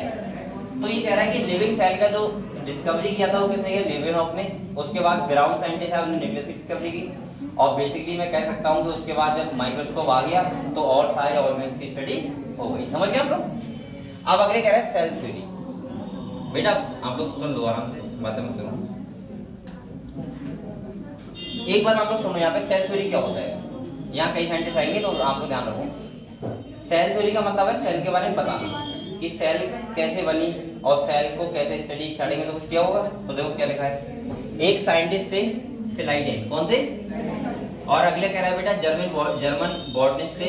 अगले कह रहा है लार्ज नंबर ऑफ प्लांट, अब बॉटनिस्ट और प्लांट की स्टडी करेगा। कह रहा है and observe that all plant are composed of different kind of cell which form the tissue of the plant। ये कहना चाह रहा है कि इन्होंने क्या किया, स्लाइडेन ने क्या किया, बहुत सारे प्लांट की स्टडी की और उन्होंने बताया कि प्लांट के अंदर भी सेल होता है और सेल उससे क्या बना होता है, टिश्यू बना होता है, ठीक है। और इन्होंने बताया भी कि प्लांट सेल के पास यूनिक फीचर होता है, इसके पास क्या होती है, सेल वॉल। क्या होती है, अगले लिखा होगा सेल। अगले कह रहा है सेम टाइम पे एक साइंटिस्ट थे, कौन, स्वान। ये कौन थे, जूलॉजिस्ट। और कह रहा है study different type of animal cell and reported that cells had a thin outer layer which is today known as plasma membrane. अब यहाँ पे देखो बेटा, इस चैप्टर का एक एक लाइन इंपॉर्टेंट ध्यान रखना। और यहाँ से क्वेश्चन ही बहुत सिखा जाते हैं, लगते बहुत सिंपल है लेकिन वो गलत बताते हैं। यहाँ कह रहा है देखो, एक साइंटिस्ट है बॉटनिस्ट, सही है, जिनका नाम क्या है, सेलाइडेस। और एक कौन है, जूलॉजिस्ट, जिनका नाम है स्वान। सही है। इन्होंने क्या कहा, इन्होंने ये बताया सेलाइडेस ने कि जो प्लांट होते हैं वो बने होते हैं सेल से, और उन्होंने कहा कि सेल के आउटर कवरिंग होता है सेल वॉल। ये बात मैं बता रहा हूँ, ठीक है। और अगले इन्होंने क्या कहा, इन्होंने कहा एनिमल होता है, एनिमल भी एनिमल सेल से बने होते हैं, लेकिन उनकी आउटर कवरिंग क्या होता है, प्लाज्मा मेम्ब्रेन। ये बात समझ गए आप लोग, ठीक है। इसीलिए मैं कहता हूँ कि एनिमल सेल के पास सेल वॉल एब्सेंट होता है और प्लांट सेल के पास प्रेजेंट होता है। अगले कह रहा है बेटा, he also concluded based on the study on plant tissue that the presence of cell wall, लिखा है, इज अ यूनिक कैरेक्टर। आप लोग यूनिक जरूर अंडरलाइन किया करो, यूनिक कह रहा है ऑफ द प्लांट सेल। अच्छा ये बताओ मुझे,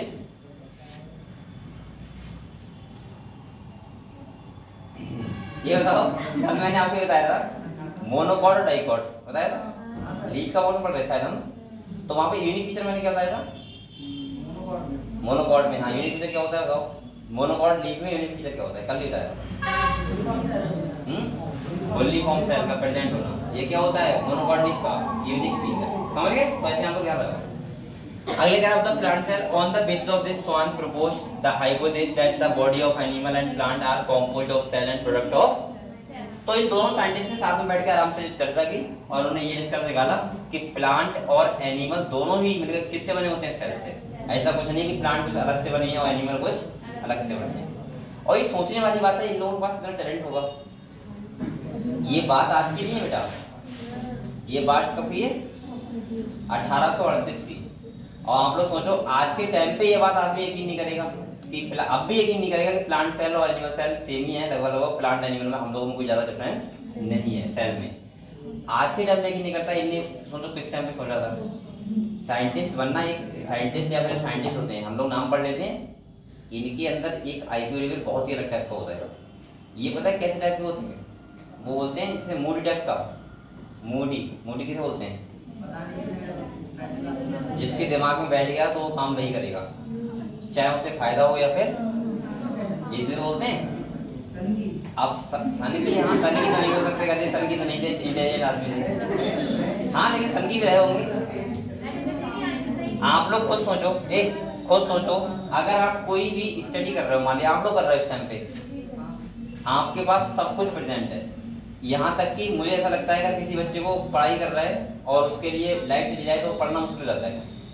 सोचते यार किससे पढ़े, हम तो नहीं पढ़ेंगे, लाइट चली गई क्यों पढ़े, ऐसा लगता है जैसे एक एहसान सा बन गया। मम्मी कह नहीं सकती ये बात, पढ़ो, उन्हें पता लाइट नहीं है, पढ़ेगा ही नहीं, है ना।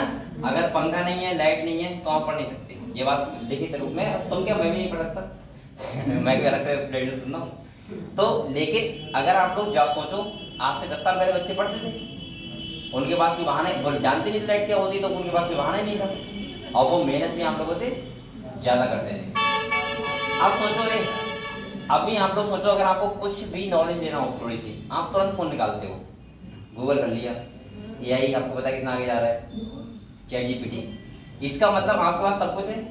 उस टाइम पे अगर उन लोगों को चाहिए होगा तो बताओ क्या करते होंगे, कुछ भी नहीं था उनके पास। सुनो, अबे गधे सुन तो। और अब जैसे अब आपके पास जाने के लिए ट्रांसपोर्ट है, आप लोग जैसे लखनऊ जा रहे हो कोई सामान लेने, मान लिया, तो आप जा सकते हो, हजारों चीजें, उस टाइम पे कुछ नहीं था। लेकिन उस टाइम पे अगर ये इतना कर सकते हैं तो उसका मतलब ये है। और एक सेंटेंस मुझे याद आ रहा है, मैंने लिखा भी था, अपने जहाँ पढ़ता था वहाँ लिखा हुआ था, मैंने बताया था आप लोग शायद नहीं बताया था।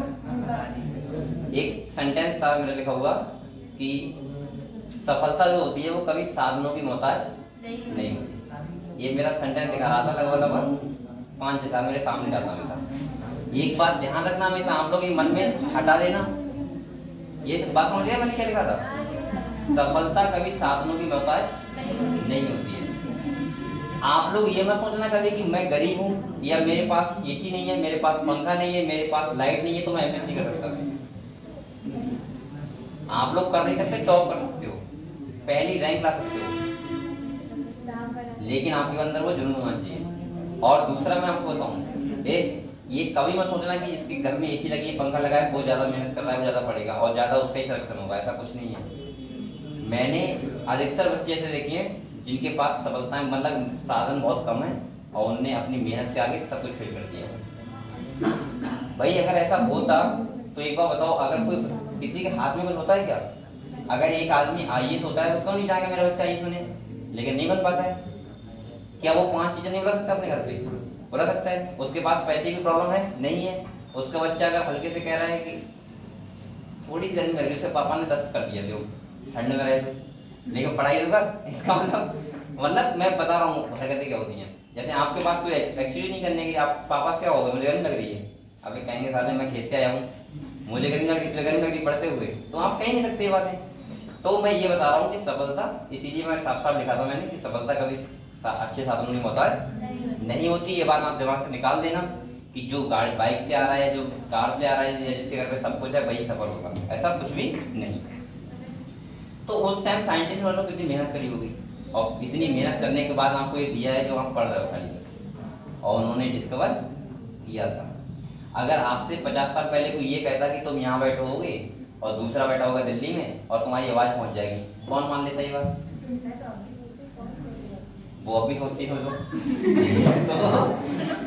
मैं यही बता रहा हूँ कि यहाँ पे तो अभी भी तो लगता है कि पहुंच कैसे जाती है, सब इसने पढ़ लिया, भी पढ़ती है। ये ऐसा नहीं कि इसने ये कक्षा फर्स्ट में है जो जानती नहीं साउंड या वेव क्या होती है। सोचो तब ये सिस्टम हाल है, और आज से जब जिसने फोन डिस्कवरी की उसने उसकी बात को कौन मान लिया होगा? अगर उसने धोखे में दोस्त को बताई होगी यार मैं ऐसी डिस्कवरी कर रहा हूँ कि यहाँ बैठे होंगे और दिल्ली में आदमी बैठा हो और ना कोई बाहर हो और आवाज पहुंच जाए, और वो भी आवाज सेम पहुंच जाए जैसी आदमी की होती है, तो उससे यही कहते सारे तू बेवकूफ है क्या? ऐसा कभी हो सकता है क्या? और मैं आपको बताऊं एक बात बताऊं, 90% बल्कि मैं बोलूंगा ऊपर 98% यही तो कारण होता है कि आप लोग कुछ कर नहीं पाते, क्योंकि आपको आपकी टांग खींचने वाले बहुत लोग हैं। आपको ऊपर, जैसे आपने कहा सपोज आपने कहते कि सामने नीट तैयारी कर रहा हूँ, वो ये नहीं बताएगा कि तो हाँ तू बन जाएगा डॉक्टर, वो पता क्या कहेगा, अबे यार नीट कर लेते यार, लेकिन नीट है बहुत करते हैं, पहले डायलॉग पे ही मार देगा, चाहे जानता कुछ ना हो नीट के बारे में क्या होता है। दूसरा, अबे तू तेरी 12th में परसेंट इतनी कम थी, तू कैसे निकाल देगा? मतलब तुम्हारे मन में इतनी बातें बैठ जाएंगी ना कि तुम्हारा मन ही नहीं करेगा यार कि पढ़े या ना पढ़े। और मैं सबसे पहले यही बात बोलता हूँ बच्चों से, सबसे पहले यही बात बोलता हूँ कि आप लोग कभी भी ध्यान रखना अपने साथ में निगेटिव लोगों को रखो मत, जो निगेटिविटी फैलाए आपके पास, साफ साफ मना कर दो भाई, निगेटिव लोगों से दूरी बना कर रखो, पॉजिटिव लोगों को रखा करो। निगेटिव लोग बहुत गंदे होते हैं, ये ना तो कुछ करते हैं ना ही करने देते हैं। अगर सपोज मानो तुमने 5 घंटा पढ़ा और तुम्हारा दोस्त ने कितना घंटा पढ़ा? 2 घंटा, उसे पता लग गया तुमने 5 घंटे पढ़ा है। अब वो कह रहा है क्या यार तू भी 5 घंटे पढ़ रहा है, उतना ही मैंने 2 घंटे में तैयार कर लिया। अब वो सोच रहा है कि भाई तू भी 2 घंटे पढ़, तू 5 क्यों पढ़ रहा है? समझ बात? तो इसका मतलब वो निगेटिविटी फैला रहा है। और मैं साफ साफ कह रहा हूँ कि ऐसा कोई काम नहीं है जो तुम्हारे बस में नहीं है, बस सिंपल सा ये है कि तुम्हारे साथ कौन लोग हैं ये डिपेंड करता है, कैसे लोग हैं तुम्हारे एक फील्ड में, चारों तरफ निगेटिव लोग हैं या फिर पॉजिटिव लोग। ये बहुत बड़ा इफेक्ट होता है ध्यान रखने का। और पहले के लोग कामयाब क्यों होते थे, उसका यही रीजन था, उनके पास कोई बताने वाला नहीं था ये नहीं हो सकता है। अब आप क्या करते हो, आप लोग अगर कोई एक्सपेरिमेंट करोगे ना, सबसे पहले तो फोटो भेजोगे, उसको पहले लगाओगे फेसबुक स्टोरी, और गाना पता है कौन सा लगाओगे? कौन सा? नहीं बदल देंगे, ये बदल देंगे, तो ये कर देंगे, वो कर देंगे, है ना, ऐसा कहते हैं ना, लगा देते हैं उसमें गाना, बस हो गया वहीं पे। या व्हाट्सएप स्टोरी लगा देते हैं तुरंत ही। तुम्हें 100 लोग तुम दिखा रहे हो, फिर कैसे कर पाओगे काम? चुपचाप मैं कहता हूँ मेहनत करते रहो, बस वही बात है, वो वेट करो कि आपका रिजल्ट को लोग वेट करें। ठीक है, चलो बहुत अगली करेंगे। ये देखो अगली कह रहा है plant are composed of cell and product of. तो ये उस टाइम पे साइंटिस्ट समझ गए थे कि प्लांट और एनिमल दोनों ही किससे बने? सेल से बने, और लगभग सेम सेल से बने। ठीक है, अगले देखो बेटा, कह रहा है Schleiden and Schwann together formulated the cell theory, और इन दोनों लोगों ने बैठ के आराम से क्या बनाया, सेल थ्योरी बनाया। कह रहा है this theory however did not explain as to how new cell were form. इन्होंने चर्चा तो बहुत की आराम से बैठ के, आईक्यू भी अच्छा था, बहुत दिमाग भी था, लेकिन ये खाली एक बात में चूक कर गए। वो ये कर गए, ये एक्सप्लेन नहीं कर पाए कि न्यू सेल कैसे बनती है। इन्होंने बता दिया कि सेल के प्रोडक्ट से एनिमल बना होता है, सेल से बना होता है, लेकिन ये नहीं बता पाए कि न्यू सेल कैसे बनती है, क्योंकि उस टाइम पे, और मुझे लगता है ये बता देते, लेकिन उस टाइम पे इनके पास कोई ऐसा टेक्नोलॉजी नहीं था, या मैं ऐसे बोल सकता हूँ उनके पास इलेक्ट्रॉन माइक्रोस्कोप नहीं था जो ये देख पाते कि सेल डिवीजन भी कर रहा है, तो ये बता भी देती, लेकिन उस टाइम पे ऐसा कुछ था नहीं, तो इन्हें ये नहीं लगा कि सेल नई सेल कैसे बनती है, सही है, ये ना बता पाए, इसीलिए ये थ्योरी कैसा हो गया बेटा, फेल हो गया। अगले कह रहा है साइंटिस्ट आए रडोल्फ विर्चो, कौन है, विर्चो आए, first explain that cell divide and new cell are form from pre existing cell, और कह रहा है इन्होंने एक साइंटिस्ट सेंटेंस दिया ओमने सेलुलर ई सेलुलर। इन्होंने सिंपल भाषा में कहा था कि सेल हमेशा ही पुरानी सेल से बनती है, कोई नई सेल ऐसे नहीं बन सकती। समझ गए आप लोग, मतलब सेल से ही सेल बनता है और कैसे नहीं बन सकता। अगले क्या है बेटा, he modified the hypothesis of Schleiden and Schwann give. अब नई सेल जो थ्योरी बनी है वो दो सेंटेंस उसमें लिखे, पहला क्या है, all living organism are composed of cell and product of, धरती पे जो भी लिविंग है वो सेल से बना है या सेल के प्रोडक्ट से बना है। और दूसरा क्या है कि all cell arise from pre existing, दो बात ध्यान रखना, यानी कि सभी सेल जो होती हैं हमेशा अपनी पुरानी सेल से बनती है। समझ गए आप लोग, तो ये सेल थ्योरी दो सेंटेंस समझ गए आप लोग, यानी कि सारे लिविंग सेल से बने हैं, और दूसरा सेल हमेशा किससे बनी है, अपनी पुरानी। अब ये मत कह देना फिर से कि कह दो कि सर पहली सेल कैसे बनी, वो मैंने कहा था इवोल्यूशन हुआ है, ठीक है, तब बनी थी। अगले, अब तुम ये तो, अब तो कुछ चीज ऐसी होती है जो एक्सपेरिमेंट नहीं कर सकते। अब ऐसा तो है नहीं तुम कहो कि सर हमें 500 मिनट का दिखाओ साल का कैसे होता है, कैसे कर पाओगे, नहीं कर पाओगे, कभी नहीं कर पाओगे, हमें मानना ही पड़ेगा, ठीक है। हालांकि एक्सपेरिमेंट ही प्रूव किया था मिलर ने, आपने देखा होगा इवोल्यूशन में उनका एक्सपेरिमेंट है, मिलर एक्सपेरिमेंट। अगले देखो, अब ये कह रहा है एन ओवरव्यू ऑफ सेल, यहाँ पे दिखाया गया है कि अगर हम पूरा सेल का एक ओवरव्यू देखें तो क्या क्या सेल के पास होता है, ठीक है। यहाँ से आपको समझ में आ जाएगा कि सेल के अंदर क्या क्या होता है। वैसे मैंने आपको बताया भी था, अगर मैं यहाँ पे डायग्राम में देखूं तो आपको दिखेगी एक सेल, कहाँ गया ये है, ये एक प्लांट सेल है, क्या है बेटा। अब आपको सर ये तो बहुत बड़ा दिख रहा है बेटा, माइक्रोस्कोप बनाया गया है, ठीक है, मेरे सेल इतना छोटा होता है कि आप लोग देख भी नहीं सकते अपने आप को, ठीक है। अब सोचो एक सेल के अंदर इतने स्ट्रक्चर होते हैं, और ये एक सेल के अंदर हमारी बॉडी में जितनी भी सेल है सबके अंदर ये स्ट्रक्चर है। तो देखो क्या क्या है, जैसे न्यूक्लियस है, क्या है बेटा, ये गोल्जी बॉडी है, इनके फंक्शन हम पढ़ेंगे डिटेल में, ठीक है। ये वैक्यूल हो गया, ये देखो माइटोकॉन्ड्रिया हो गया, ये क्लोरोप्लास्ट हो गया, इसके बाद ये माइक्रोट्यूब्यूल्स कुछ है, प्लाज्मोडेस्माटा, ये जो है ये सेल वॉल है, क्या है बेटा। इसके बाद ये एंडोप्लाज्मिक रेटिकुलम है, इसके बाद राइबोसोम होंगे कहीं पे, कहाँ है, चलो कहीं भी होंगे, हाँ ये पढ़े, ठीक है। तो मैं ऐसे बोल सकता हूँ कि बेसिकली क्या है, एक सेल है और ये क्या है, एनिमल सेल। अब आप लोग सोचो, मैं तभी तो कहता हूँ आप में और प्लांट में क्या डिफरेंस है, जब आप लोग खुद बताओ सब कुछ सेम है, खाली डिफरेंस इसका यहाँ क्लोरोप्लास्ट लिखा है या क्लोरोप्लास्ट नहीं है, यहाँ सेल वॉल लिखा है या सेल वॉल नहीं है, और यहाँ क्या नहीं है, वैक्यूल है, यहाँ वैक्यूल नहीं है, सब कुछ है। जो सेल प्लांट के पास है भाई एनिमल के पास है, फिर पता नहीं एनिमल कितने है, नहीं कुछ लोग होते नहीं है। चलो यार देखो, अब हम लोग बात करते हैं बेटा एनिमल, पूरी सेल की बात करते हैं, क्या क्या होता है वो समझ लो हम लोग, ठीक है। पानी पी लो, पानी पी लो, समय भी पी लो बस, हाँ?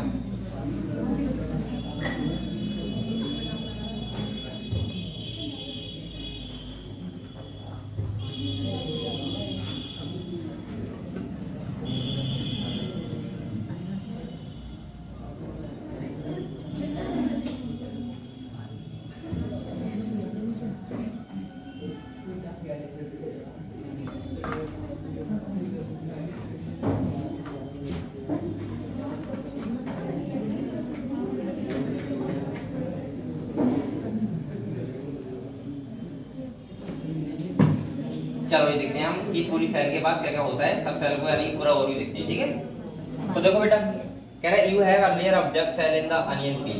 इन्होंने क्या देखा, एक प्याज लिया, उसका सेल देखा, और दूसरा human cheek, cell under the microscope. इन्होंने क्या किया, एक प्लांट से ले लिया, एक क्या ले लिया, एनिमल सेल, और इन्होंने कहाँ देखा, माइक्रोस्कोप में। हालांकि मैं पहले तो कहूंगा वो है। अगले कह रहा है the onion cell which is a typical plant cell होती है, has a distinct cell wall. उसके पास क्या था, मैंने कहा था प्लांट सेल के पास सेल वॉल होता है। और कह रहा है as its outer boundary and just within it is the cell membrane. और उसके अंदर क्या था, सेल मेम्ब्रेन। मतलब प्लांट सेल के पास मेम्ब्रेन भी होता है और साथ में सेल वॉल भी होता है। अगले कह रहा है cells of the human cheek have an outer membrane as the delimiting structure of the cell. Inside this cell is a dense membrane bound structure called nucleus. क्या बताओ, सेल वॉल एनिमल सेल के पास होगी? नहीं होगी। लेकिन क्या होता है उसके पास, प्लाज्मा मेम्ब्रेन, आउटर कवरिंग। तभी तो हम लोग फ्लेक्सिबल होते हैं। फ्लेक्सिबल समझ रहे हो? देखो फ्लेक्सिबल है ना। और प्लांट में फ्लेक्सिबल क्या फ्लेक्सिबल होते हैं? क्योंकि उनके पास सेल वॉल होता है। तो फ्लेक्सिबल कैसे हो जाएंगे? अगर उनके पास सेल वॉल नहीं होता तो हम लोग की तरह होते वो भी। अरे मतलब फ्लेक्सिबल करो, ऐसे कैसे करो। आगे कहते हैं the cell of the human cheek have an outer membrane as the delimiting structure of the cell. कह रहा है inside each cell is a dense membrane bound structure called. मतलब इन्होंने देखा कि सेल के अंदर एक डेंस स्ट्रक्चर है और उसको क्या बोलते हैं, न्यूक्लियस। क्या बोलते हैं बेटा, केंद्रक। और कह रहा है the nucleus contain the chromosome. उसके अंदर क्या था, which in turn contain the genetic material DNA. और आपको पता है क्रोमोसोम जो बने होते हैं किससे बने होते हैं, डीएनए। अच्छा ये बात आपको मैं जेनेटिक समझाऊंगा, हालांकि अभी आप खाली मान लो ऐसे कि डीएनए के पास क्या होता है, जीन्स होते हैं। क्या होते हैं? और बेटा जीन्स ही डिसाइड करते हैं कि हमारे अंदर क्या क्या स्ट्रक्चर बनने हैं, क्या प्रोटीन बनना है, कौन से हार्मोन बनने हैं, बोलो मत, कौन से स्ट्रक्चर बनने हैं। तो इसका मतलब ये हुआ कि जीन्स कैसे डिसाइड करते हैं, वो तो बहुत बड़ा प्रोसेस है, हम लोग समझेंगे जेनेटिक्स में, ठीक है। और जेनेटिक्स मेरा फेवरेट पूरा है, ठीक है, बहुत अच्छा, जेनेटिक्स में बहुत मजा आता है। अगले कह रहा है बेटा a cell that have membrane bond nuclei are called eukaryotic, whereas cell that lack a membrane bond nucleus are prokaryotic। मैंने ये तो कहा था, अगर जेनेटिक मटेरियल है उसके आउटर अगर न्यूक्लियस है, न्यूक्लियर मेम्ब्रेन है तो यूkaryotic सेल, और अगर नहीं है तो प्रोkaryotic सेल। ये तो मैं बता चुका हूं आपको। अगले कह रहा है in both prokaryotic and eukaryotic cell are semi fluid matrix called cytoplasm. और कह रहा है occupy the volume of the cell. Cell के अंदर क्या भरा होता है, साइटोप्लाज्म भरा होता है। अगले कह रहा है बेटा cytoplasm is the main area of cellular activity in both the plant and, भाई दोनों सेल के पास होता है, जिसमें मेटाबॉलिज्म हो रहा है, रिएक्शन हो रही है, साइट किसमें हो रही है, साइटोप्लाज्म में। तो प्लांट के पास भी है और एनिमल के पास भी है। अगले कह रहा है various chemical reaction occurs in to keep the cell in the living, और इसीलिए सेल हमारा किस स्टेट में रहता है, लिविंग स्टेट में रहता है। समझ गए आप लोग ये बात, ठीक है।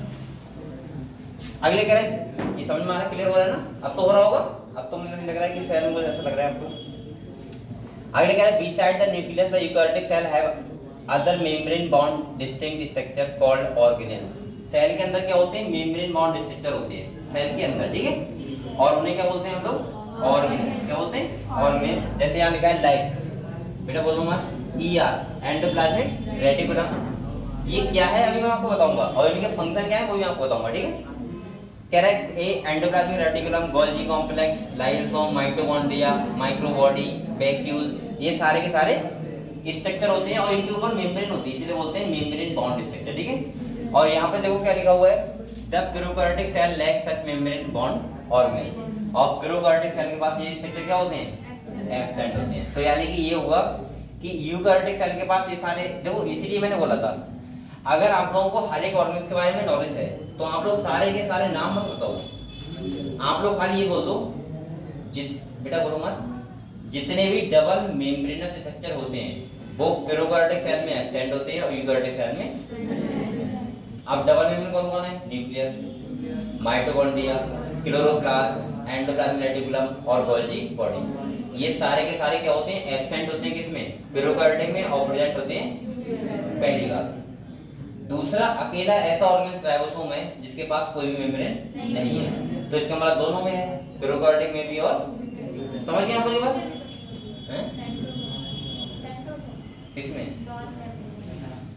नहीं, मैं एक नॉर्मल चीज बता रहा हूँ, ऐसा नहीं कह रहा हूँ कि एक ऑर्गेनेल के बारे में, लेकिन अगर जल्दी किसी को बताना है तो, या ये ऐसा आ जाए कि अब वो स्पेशल अगर किसी के बारे में पूछेगा तो वहां पता नहीं पड़ेगा।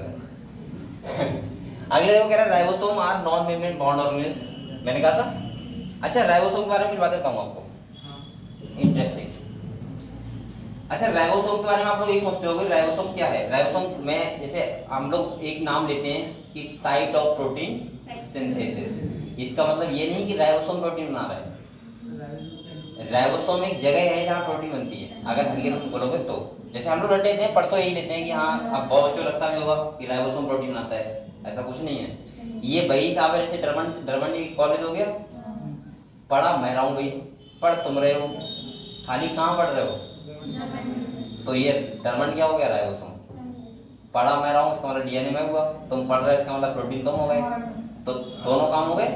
लेकिन जगह है खाली क्या, राइबोसोम यानी ड्रमंड। तो देखा जाए तो प्रोटीन नाम में राइबोसोम कितना रोल है, खाली जगह का, और बकाया कोई रोल नहीं है। अगर देखोगे आप तो डीएनए हो गया, आरएनए हो गया, इनका रोल है, राइबोसोम का कोई ज्यादा रोल नहीं है। राइबोसोम के बारे में और बात देता हूँ आपको। सेल के अंदर अकेला ऐसा ऑर्गेनेल होता है नॉन मेम्ब्रेन होता है, इसके ऊपर कोई मेम्ब्रेन।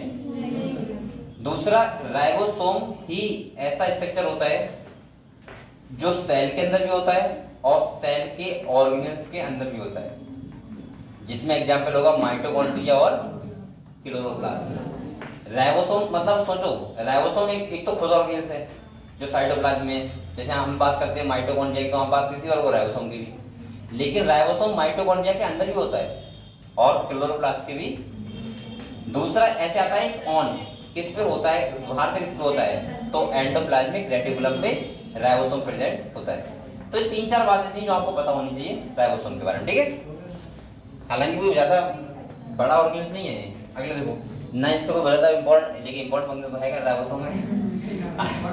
अगर ये नहीं बोलेंगे तो राइबोसोम तो दोनों में है, अभी मेन तो है, लेकिन ऐसा कुछ खास नहीं इसके अंदर जो बहुत डिटेल में पढ़ा जाए, खाली 2 सॉल्वेंट होती है, बात है ना।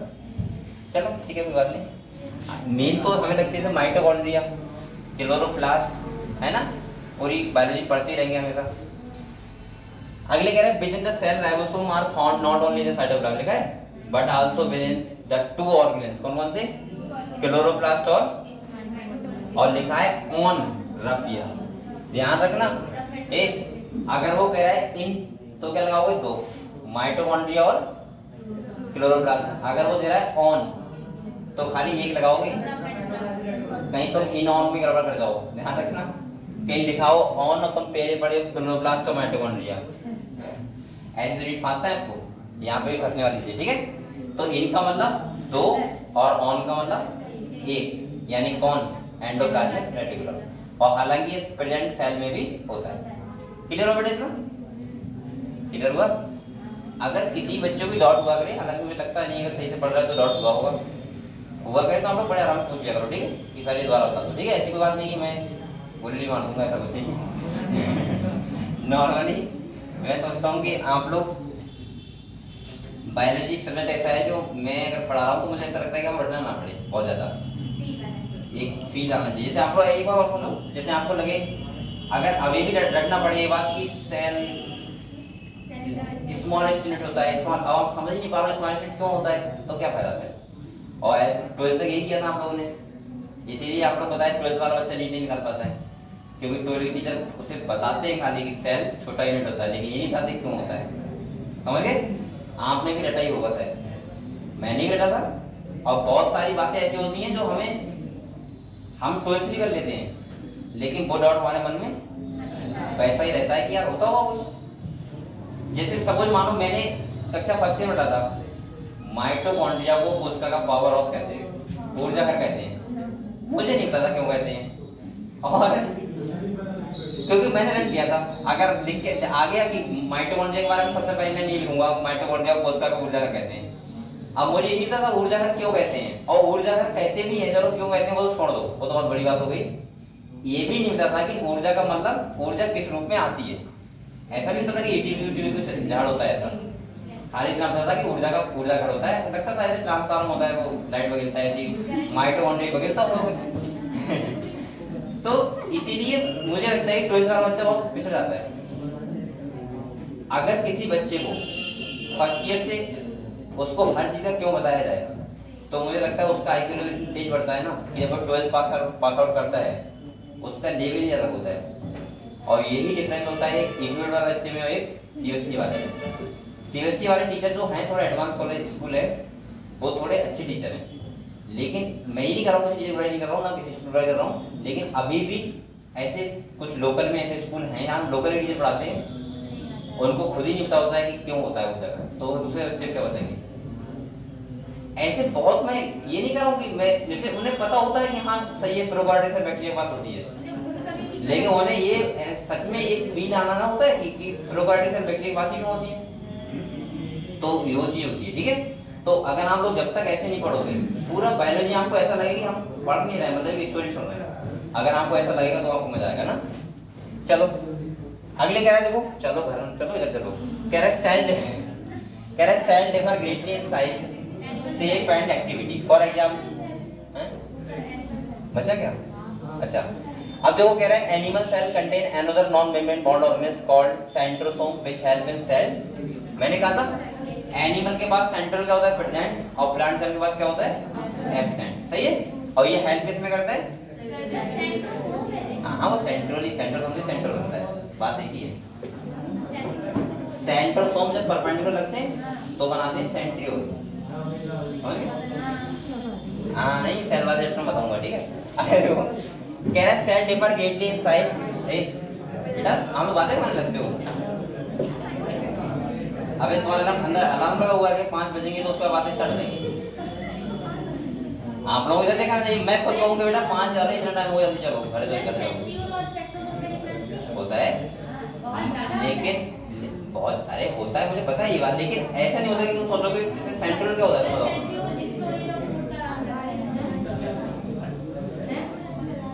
सेंट्रल स्टोरेज ऑफ फूड में पड़ता है,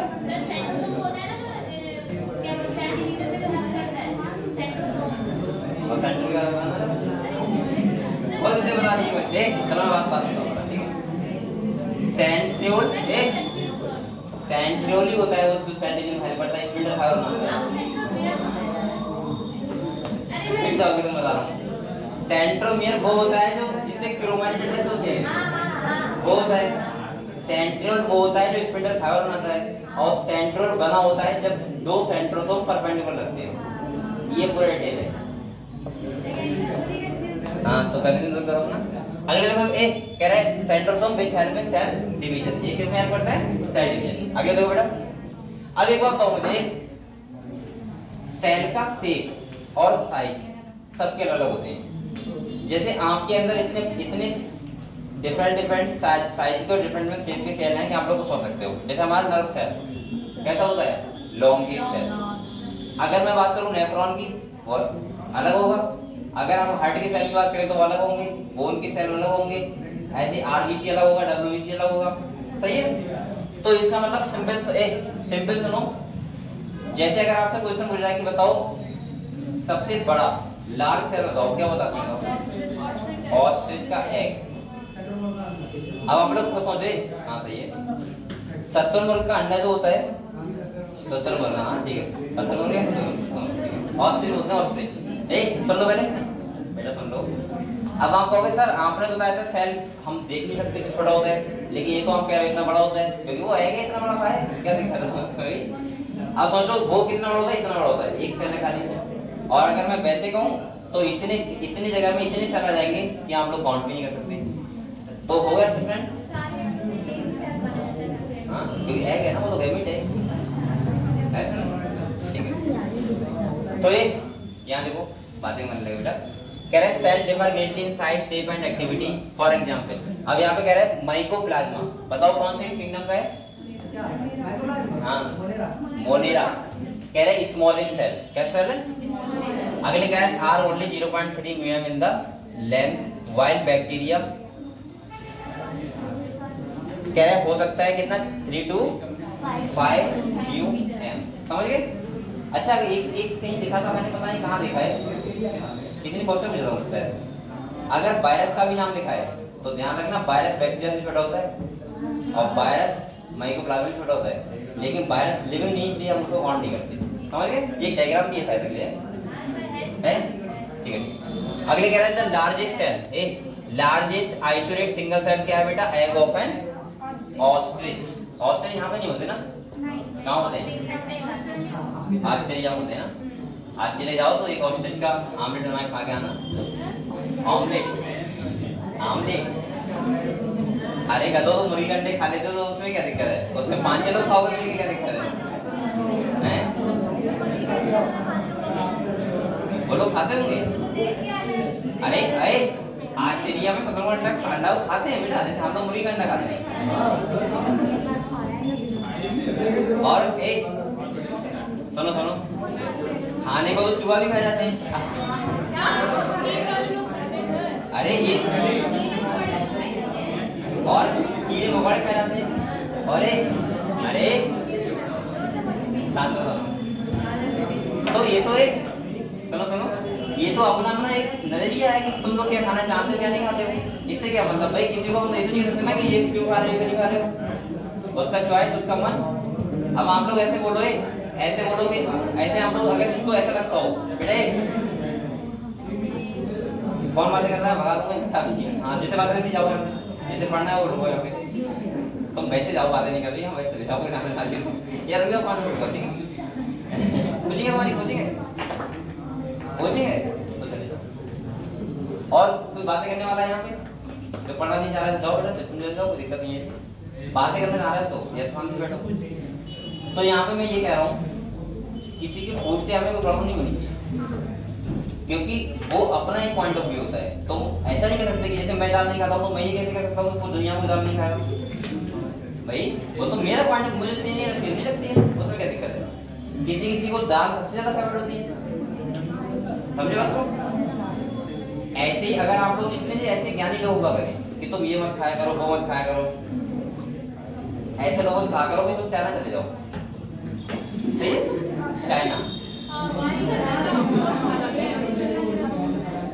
मैं सही बता रहा हूँ, खाना का छोड़ो वो देख ही नहीं पाएंगे वहाँ पे, और वो कहेंगे कि दाल कहीं किसी होटल में मिल जाए तो तो मिल जाए, मिलेगी भी नहीं। वो लोग ऐसे से मैंने फूड देखा है खाते हुए कि आप लोग खुद, मैं मतलब देख नहीं सकता हूँ, खाने की बहुत दूर रहेगा। और देखने का मतलब ऐसा नहीं सामने देख रहा हूँ ऐसे खा रहा है, मोबाइल में देख रहा हूँ।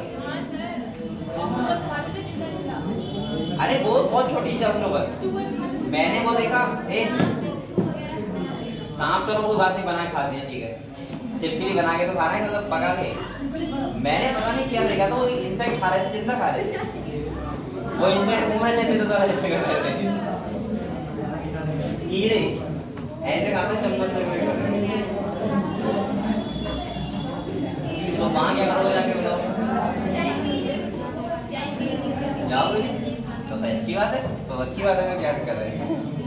यहाँ देखो ठीक है, यहाँ देखो तो ये फूड अपना अपना एक पॉइंट ऑफ व्यू होता है, तुम्हें जो पसंद है नहीं मत खाओ, जो पसंद है वो खाते खा रहे हैं, क्या दिक्कत है इसमें। अगले देखो अगले देखो कह रहा है the largest isolate single cell is the egg of an ostrich. और मैं एक बताऊँ आपको, हर चीज मैं आपको एक बहुत चीज बता रहा हूँ, यानी बात सुनते रहा मुझसे। सबसे अच्छी बात बता रहा हूँ, जो हम लोग ये निकालते हैं ना कि ये चीज होना चाहिए नहीं होना चाहिए, क्योंकि हमारे पास ऑप्शन बहुत है बेटा। जहाँ ऑप्शन नहीं होता है वहाँ सब कुछ पीछे रह जाता है, खाली जिंदा रहना आगे रहता है। बस क्या रहना, जिंदा रहना। सब भूल जाओगे कि धर्म भी कुछ होता है, जहाँ पे अगर ये कंडीशन आ गई कि यहाँ पे तुम्हें बचना है बस खाली।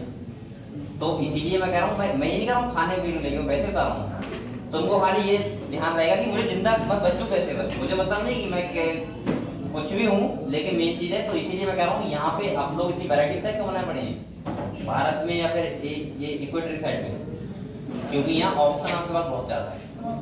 आप दाल नहीं खाओगे आपका पनीर है, पनीर नहीं खाओगे तो आपके पास क्या है, सोयाबीन बरी है। अगर वो नहीं खाओगे फूल गोभी है, फूल गोभी नहीं खाओगे बैगन है। मम्मी के सामने 1000 ऑप्शन करते तो ये नहीं खाऊंगा वो नहीं खाऊंगा। अब सोचो जहाँ एक ही ऑप्शन हो खाली यहाँ को खाओ तो खाओ, बनने की बात नहीं तो क्या करोगे, तो खाओगे खाओगे, क्या दिक्कत है। आपने ऐसे बहुत सारे लोगों की कहानी सुनी होगी जिंदा रहने के लिए। जैसे मैंने एक कोई स्टोरी सुनो, एक मैं कोई स्टोरी पढ़ रहा था, हम देखो दुर्गा टीवी वीडियो देखा था, उसमें एक कहानी था सुनो वो कह रहे थे प्लेन क्रैश हुआ और लोग ऐसे फंस गए, जैसे मतलब जहाँ पे ऐसे लोग फंस गए जहाँ से कोई ऑप्शन नहीं उनके पास, ना वो जा सकते हैं बाहर सुन लो बेटा, सुन लो, इस बात सुन रहे हैं। और ना वो बाहर जा सकते हैं और ना वो कोई उनके पास कम्युनिकेशन का साधन है। तो उन्हें लास्ट में पता क्या चूज करना पड़ा कि एक आदमी ऐसा है जो 2 किस आया यहाँ पे इस प्लेन पे, उस आदमी को मरना होगा, उसको खाना पड़ेगा। ए मत करो, वो फंसे हुए थे, जिंदा रहना है तो करो।